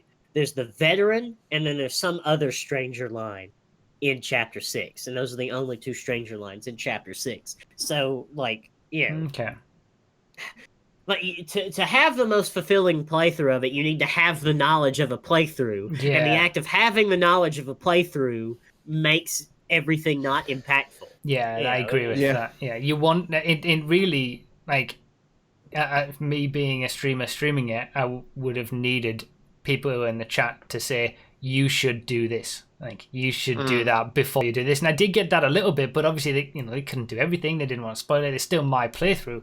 So yeah, it's a little bit annoying because it feels like the story could have been so much more impactful if it wasn't so open and like missable stuff. Something that would be better is that strangers would, like, you would get some kind of notification, or they would appear on the map no matter what whenever you unlock them. Yeah. Right. For instance, like the stranger that you were talking about with the brothers, or fighting over the woman, that starts in Valentine, and the mission that you do to complete that is over in Saint Denis, at a point in the story where you'd have no motivation to go back to Valentine whatsoever. Yeah. So if something would have popped up, or like if it would just appeared on the map, that would have been much better. But it doesn't appear on the map until you get close. Yeah. Wait, what? It is? The end of that line is in Saint Denis? Yeah. No, not the end. No, the story mission that you do to unlock that stranger mission. That's what I'm saying. Like, when you unlock it, you have no notification that you have unlocked it, and you have no motivation to go to where it is, so you miss it. Yeah. The next time you return to Valentine is sometime in chapter 6, and you've got TB. I don't care about these, bro. I have TB. I don't want to push these guys off a waterfall. Like. Yeah, exactly. Yeah, there's no motivation, so. I'm done. I could have done some things better. I think the strangers missions were the best part of it, honestly. I loved all of them. I feel like some of the stranger missions were good enough to have been just missions. Like, they were the there were blurred lines between what was a stranger mission, what was just a side quest that you would have expected from like a GTA Stranger and Freaks, and a main mission. Like the lines were totally blurred across all the different things. Which ones in particular? Well, I mean, like, like now that you've told me about the Hamish missions and how that progresses and the story that goes through with that and the ending, and that feels so impactful that could quite easily have just been part of the story, and in a way, I wish it was. So, yeah, and then there's other stranger missions that are just throwaway stuff, really.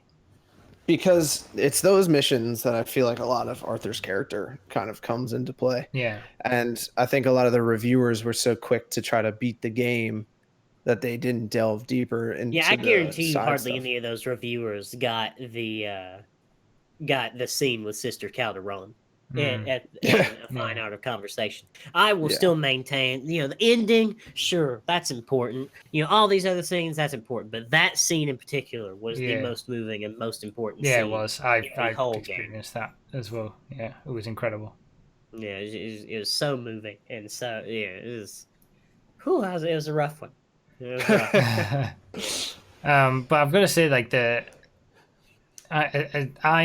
I prefer a linear story and a storytelling experience, and I think that Rockstar's storytelling ability has come on so much, and this game is the best that they've done. And I still feel it would have been better as a storytelling game rather than an open world experience that it was. But I still think there's ways that they could have made the story even better and even more impactful from what they had by just making some things more. Yeah, there could have been more choices, because like there's a couple choices in chapter 2 and then a load of them in chapter 6, and basically none in between. Yeah, like you look in the guide where, oh my god, it's in the other room, but there's like there's a list of choices you have, and then it starts off in chapter 2 with Jimmy Brooks. That's basically your choices have consequences. And then it's never revisited until chapter 6 when you're doing, all of those missions that are missable, like someone said in chat earlier, helping Mrs. Downs and doing, the debts for Strauss. Yeah, that's all. I never did that. Yeah. I got into Strauss's debts. First playthrough, I didn't go on the date with Mary and try to make my move on her. Oh, whoops. But yeah, there's a lot of things that I missed in my first playthrough that I'm really enjoying my second playthrough even more. And I feel like it would have been better if they weren't missable. I know that they're not main story stuff, but I feel like they would have been better if they weren't missable. Like you had to do them at a certain point. That would have made the story more impactful, to me at least. But I'm someone who prefers to have more of a do this, do that story experience, so I can understand other people not wanting that. I just don't see any negatives to making it missable, because it just makes the story better. Yeah. Any negatives to not making it missable. Yeah, that's true. It would be even longer. And I guess I didn't do any side stuff in chapters 1 to 3. Well, chapter 2 and 3, because I just didn't really care enough. But, that's the time to do side stuff. Yeah, that Chapters was the problem. 2 and 3 and 4 are when all the side stuff happens. Yeah. And then when you come back from Guarma, there's only 2 that are unlocked. But that was the thing, because I had so much side stuff to do in chapter 6 that it became too much for me. I got overwhelmed by the amount of stuff that I could do, and the Hamish mission I had, and I could have kept doing it, but I wanted to get the game finished because I'd been spending too long in chapter 6, and I just wanted to get it done at that point, because I'd done so many other side missions, because I'd just left it all till then, and I didn't care about them until it was too late. So I would have preferred them to be, maybe that's some kind of metaphor for life. Maybe that's the message of Red Dead Redemption. Do things before you get tuberculosis and die. Yeah, maybe. I didn't know that has really surprised me about the Hamish mission. I really wish I'd done that now. It's too late. You just don't know. And you have there's no indication as to that, like, that's going to happen. Yeah, as great as the side mission I told you about with the animals, it has no overall impact on the story. Yeah. Yeah, you don't know which strangers have an impact on That's Arthur's it, character yeah. and which don't. Yeah. So you just have to be a completionist to do all of them. Yeah. Yeah. Yeah, absolutely. So we've talked about. You got TV? My voice has just gone. Got a little bit. I got it, beating a man over a few bucks.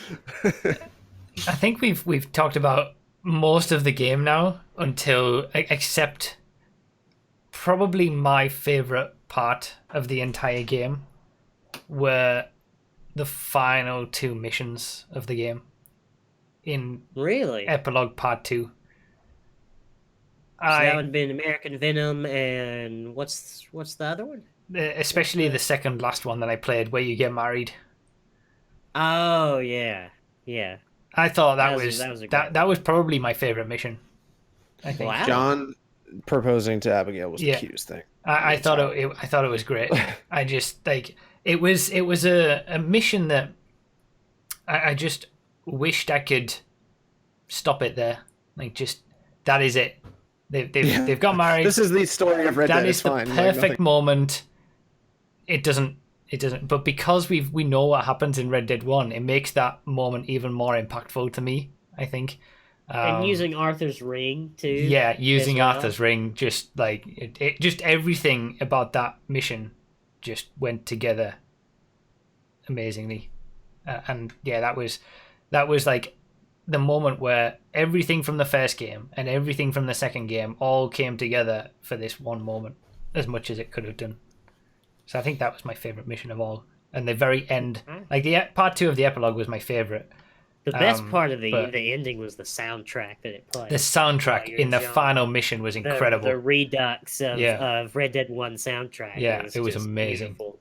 I'm buying the soundtrack as soon as it is available. Yeah, it was extremely good. And speaking of soundtrack, RDT, how about Willie Nelson? Willie Nelson. Out of nowhere. I was like, oh my God, it's Willie. That was fantastic. I was like, oh my God, this is fantastic. This is Willie Nelson. Someone left a comment on my playthrough today saying, yesterday saying, I'm disappointed at you for talking through the Willie Nelson song. And like, it was something that I had to do, otherwise it would have just got copyrighted or whatever, I think. But I can't remember what part of the game that was. It's your ride away from Pronghorn at the end of Epilogue 1. Okay. Willie Nelson sings Cruel World. Yeah, okay. That song. Yeah. Don't worry. I don't expect you to know who Willie Nelson is. Don't worry. Old guy smokes a lot of weed. He's got pigtail braids. It's great. But yeah, the soundtrack of the game is a masterpiece. Yeah, it is. Of music. Yeah, very, very, very good. I don't know if you guys are fans of Donkey, video game Donkey. Do you watch his videos? I don't, but I've heard of him. When he does his Red Dead Redemption 2 one, he talks about the guy who does this song, like, when you know,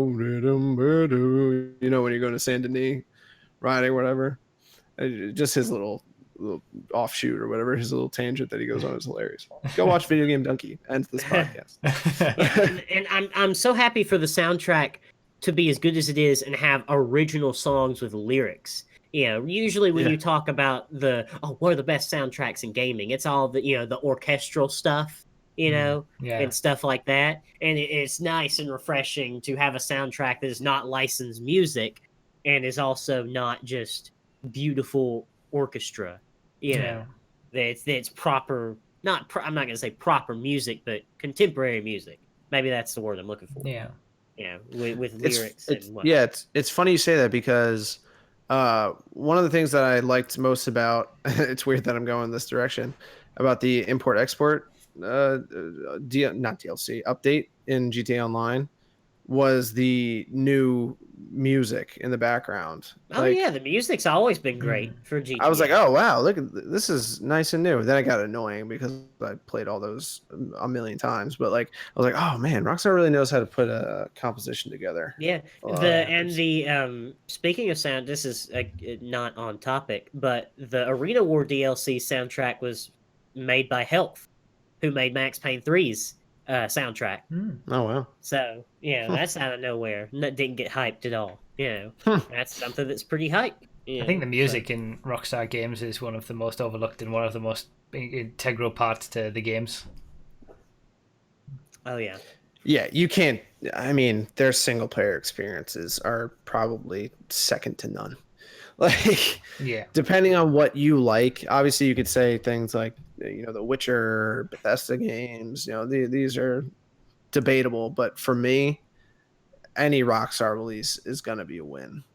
Yeah, I think the thing that I came to by the end of Red Dead 2 was that as a mix of storytelling, games as an art form, and games as a gameplay experience, nobody does it better than Rockstar in hitting as much of each aspect as possible, like the whole thing. There are games that, for me, were better storytelling experiences.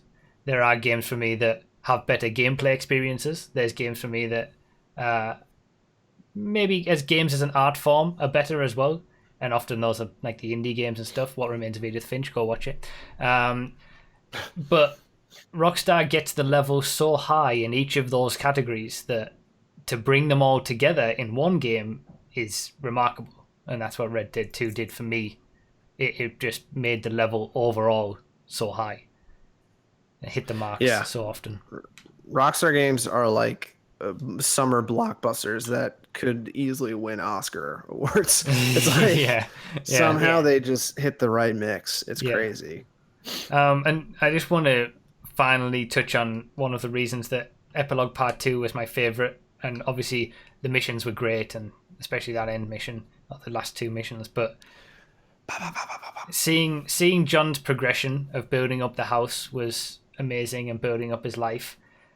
And I also took more time than I've ever done in the entire game before I knew it was going to end to do a little bit of exploration, because now I actually cared about it. Now I actually wanted to see what was around. So I went and saw, the other characters, Rain's Fall, which was a nice interaction. I went and saw Arthur's grave, which, that just has to be done. And then I went Arthur dies? Say again? Arthur dies? No, I'm just kidding. And then I went. The best time. I was just going to interject real quick. The best time to visit Arthur Morgan's grave is at the last thing you do for 100% completion. Oh yeah, you get a special cutscene, right? Yeah. And if you do it anywhere else, doing anything else, it just kind of teleports you over there, and that's where the cutscene is. But if you visit his grave as the last thing you get for 100%, it plays that cutscene, and you're right there, and it just flows so nicely. Yeah.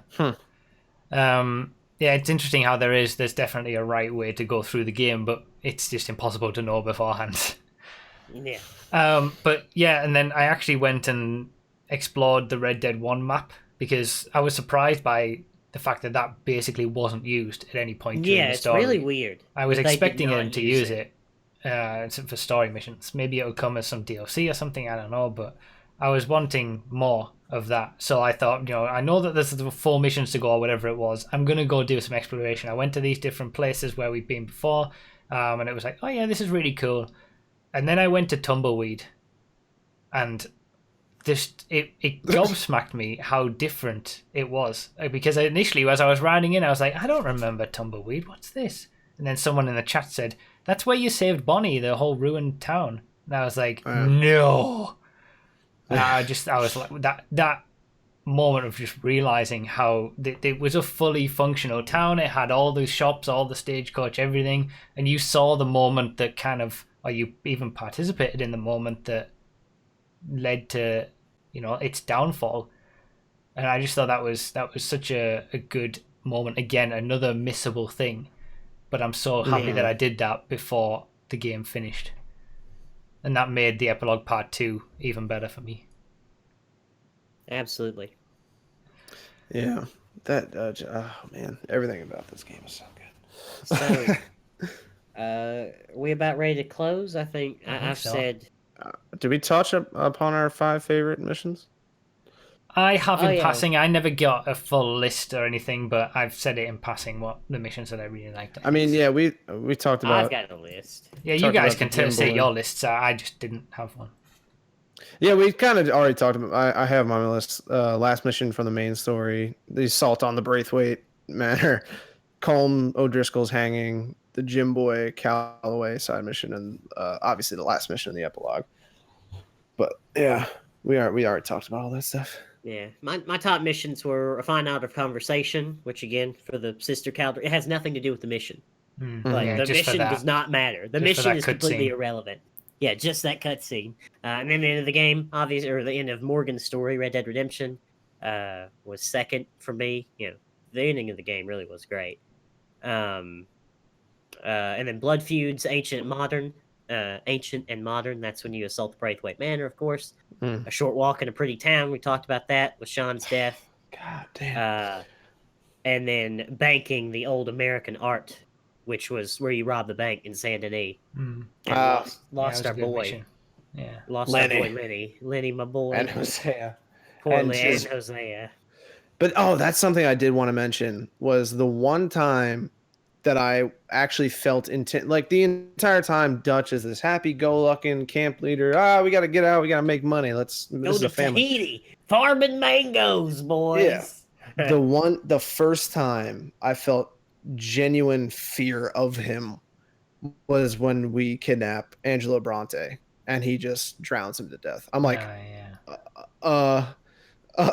Dutch? Dutch What is do you- now capable of anything. Yeah. Yeah, I was What like, part of your book covers drowning a man and feeding him to an alligator, Dutch?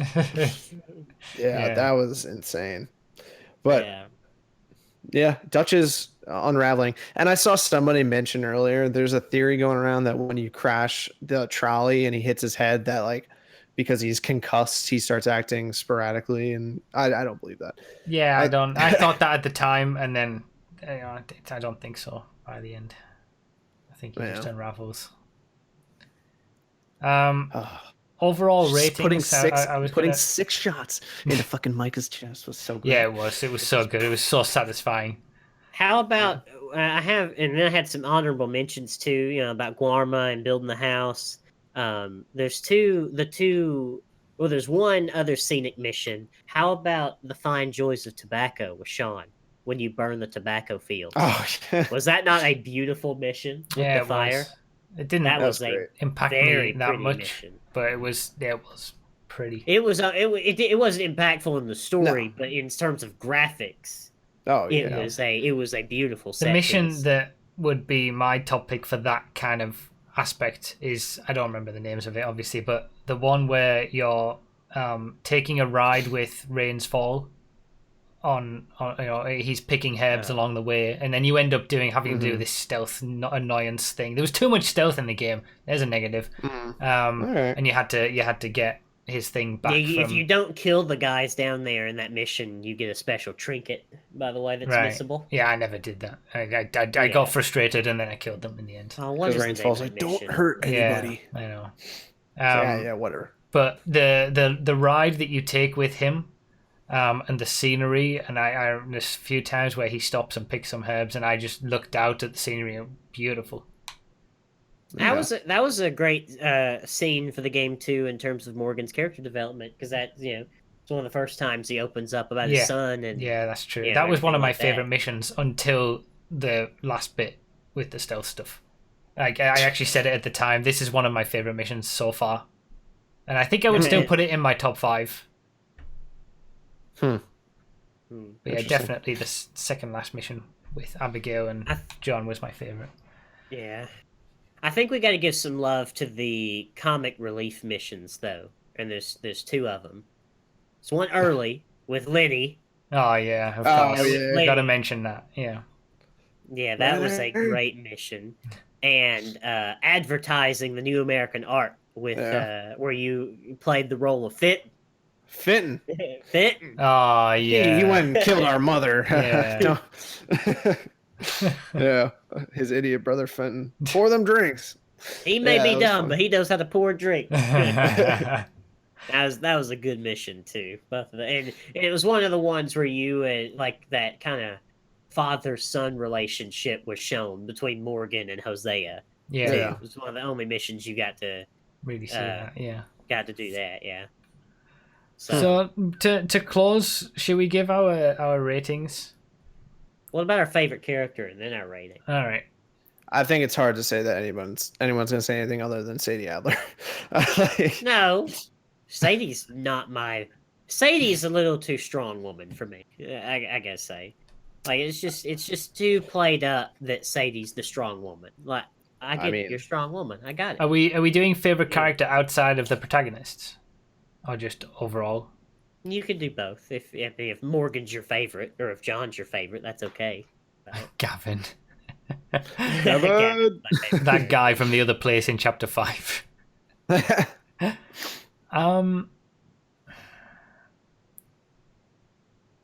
mean, mine's actually the French guy, the artist Charles. I think. Charles. Yeah. I'm I a like Holas. I would probably I think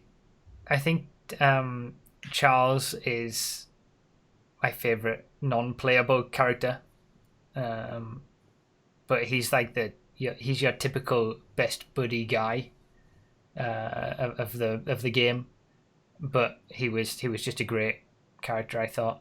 But I would probably say that John is my favorite, and I wasn't thinking That's a that controversial opinion. I wasn't thinking that By as I was Morgan playing through now. the game, and it was only as soon as I started playing him again and exposed more of his story in the epilogues that I realized, yeah, this is the guy. This is the guy. Yeah. This is the guy that sums it all up. So, John. Mine was Hosea.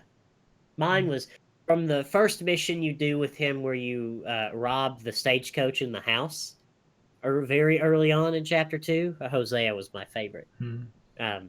Especially if you choose the daytime approach to that mission, where he distracts them and you sneak in the back door. Yeah. Hosea was my favorite Yeah. for sure. I liked Hosea a lot. He was a smart guy. All right, ratings. RDT? Out of 10? I said, well, I got a bunch of favorite characters. It's hard to say which one's my favorite, but Charles is definitely, like, a lot of the side people are gonna be more my speed. No. Yeah. So what are we doing? Ratings now? Yeah, let's do ratings to finish us off. Out of 10. You can do 0.5s, but not I was gonna say like 9.7. 0.3s or whatever, yeah. All right, 9.5. Yeah, I'll go with that too. The game's controls let it down. I was going to say 9. So, yeah. Now, as a story, it's an absolute 10 out of 10. If you're just taking in the story content, I mean, it's an 11 out of 10. But yeah. It's just a masterpiece. But the gameplay mechanics and the jankiness of some things really let it down. Yeah. It can't be a perfect game. You know, there will never be without that. an actual perfect game. I think you can find almost perfect when you're looking at very specific things like storytelling or art form or something. But to make an all-round game like this, a 10 out of 10, it doesn't exist. And I don't think it could possibly exist. So the only way they could possibly make it a 10 out of 10 is if it was like a 30-hour story. But then the story wouldn't be as good. Like, you need to sacrifice somewhere. So controls and some consistency is where they had to cut back on. Yeah. But yeah. Very, very, very good game, and definitely a recommended. A must play. Yeah, must And play. must play. I think Nos, you specifically hyped up Red Dead Redemption 1 for me, and a lot of people did that too, saying this is that you have to. How have you not played it? And I suffered from not playing it at the time. It wasn't as impactful to me because it was 8 years old, and I'd had a better storytelling experience in other games, and I'd had better controls, and it's, just the games industry moves on. But I absolutely think that Red Dead Redemption 2 was so much better because I'd played Red Dead 1.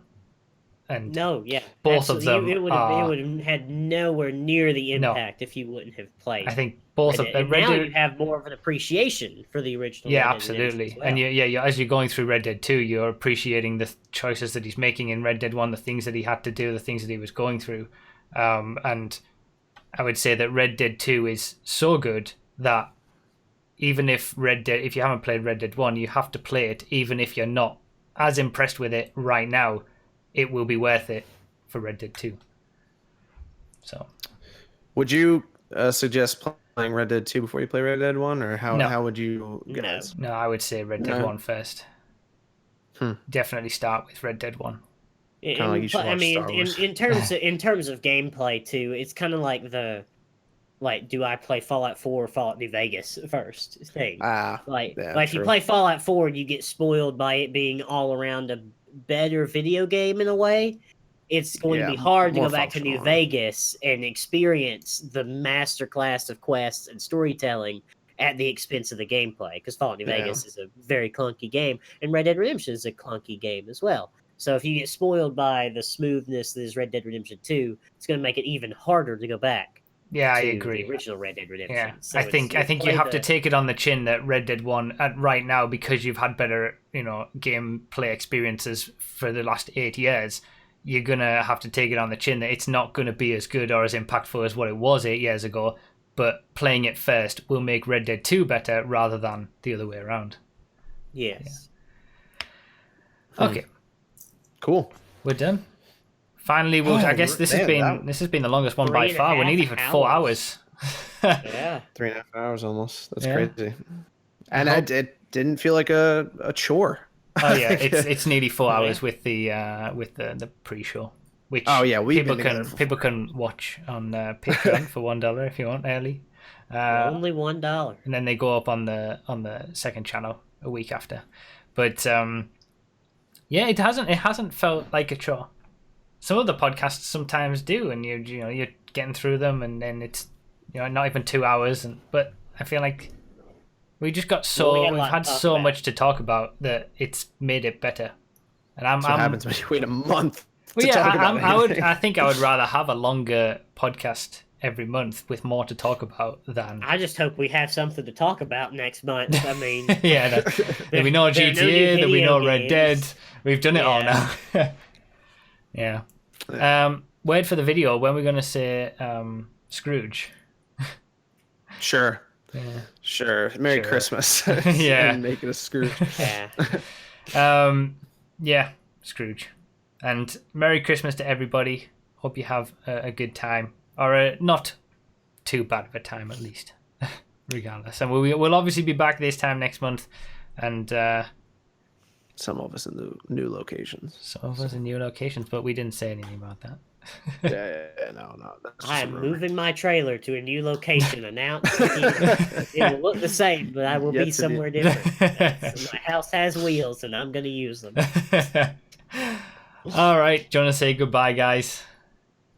Bye, guys. Bye. Merry Christmas, everybody. Bye-bye. Merry Christmas. Hope you get everything that you want, and Santa doesn't break into your house.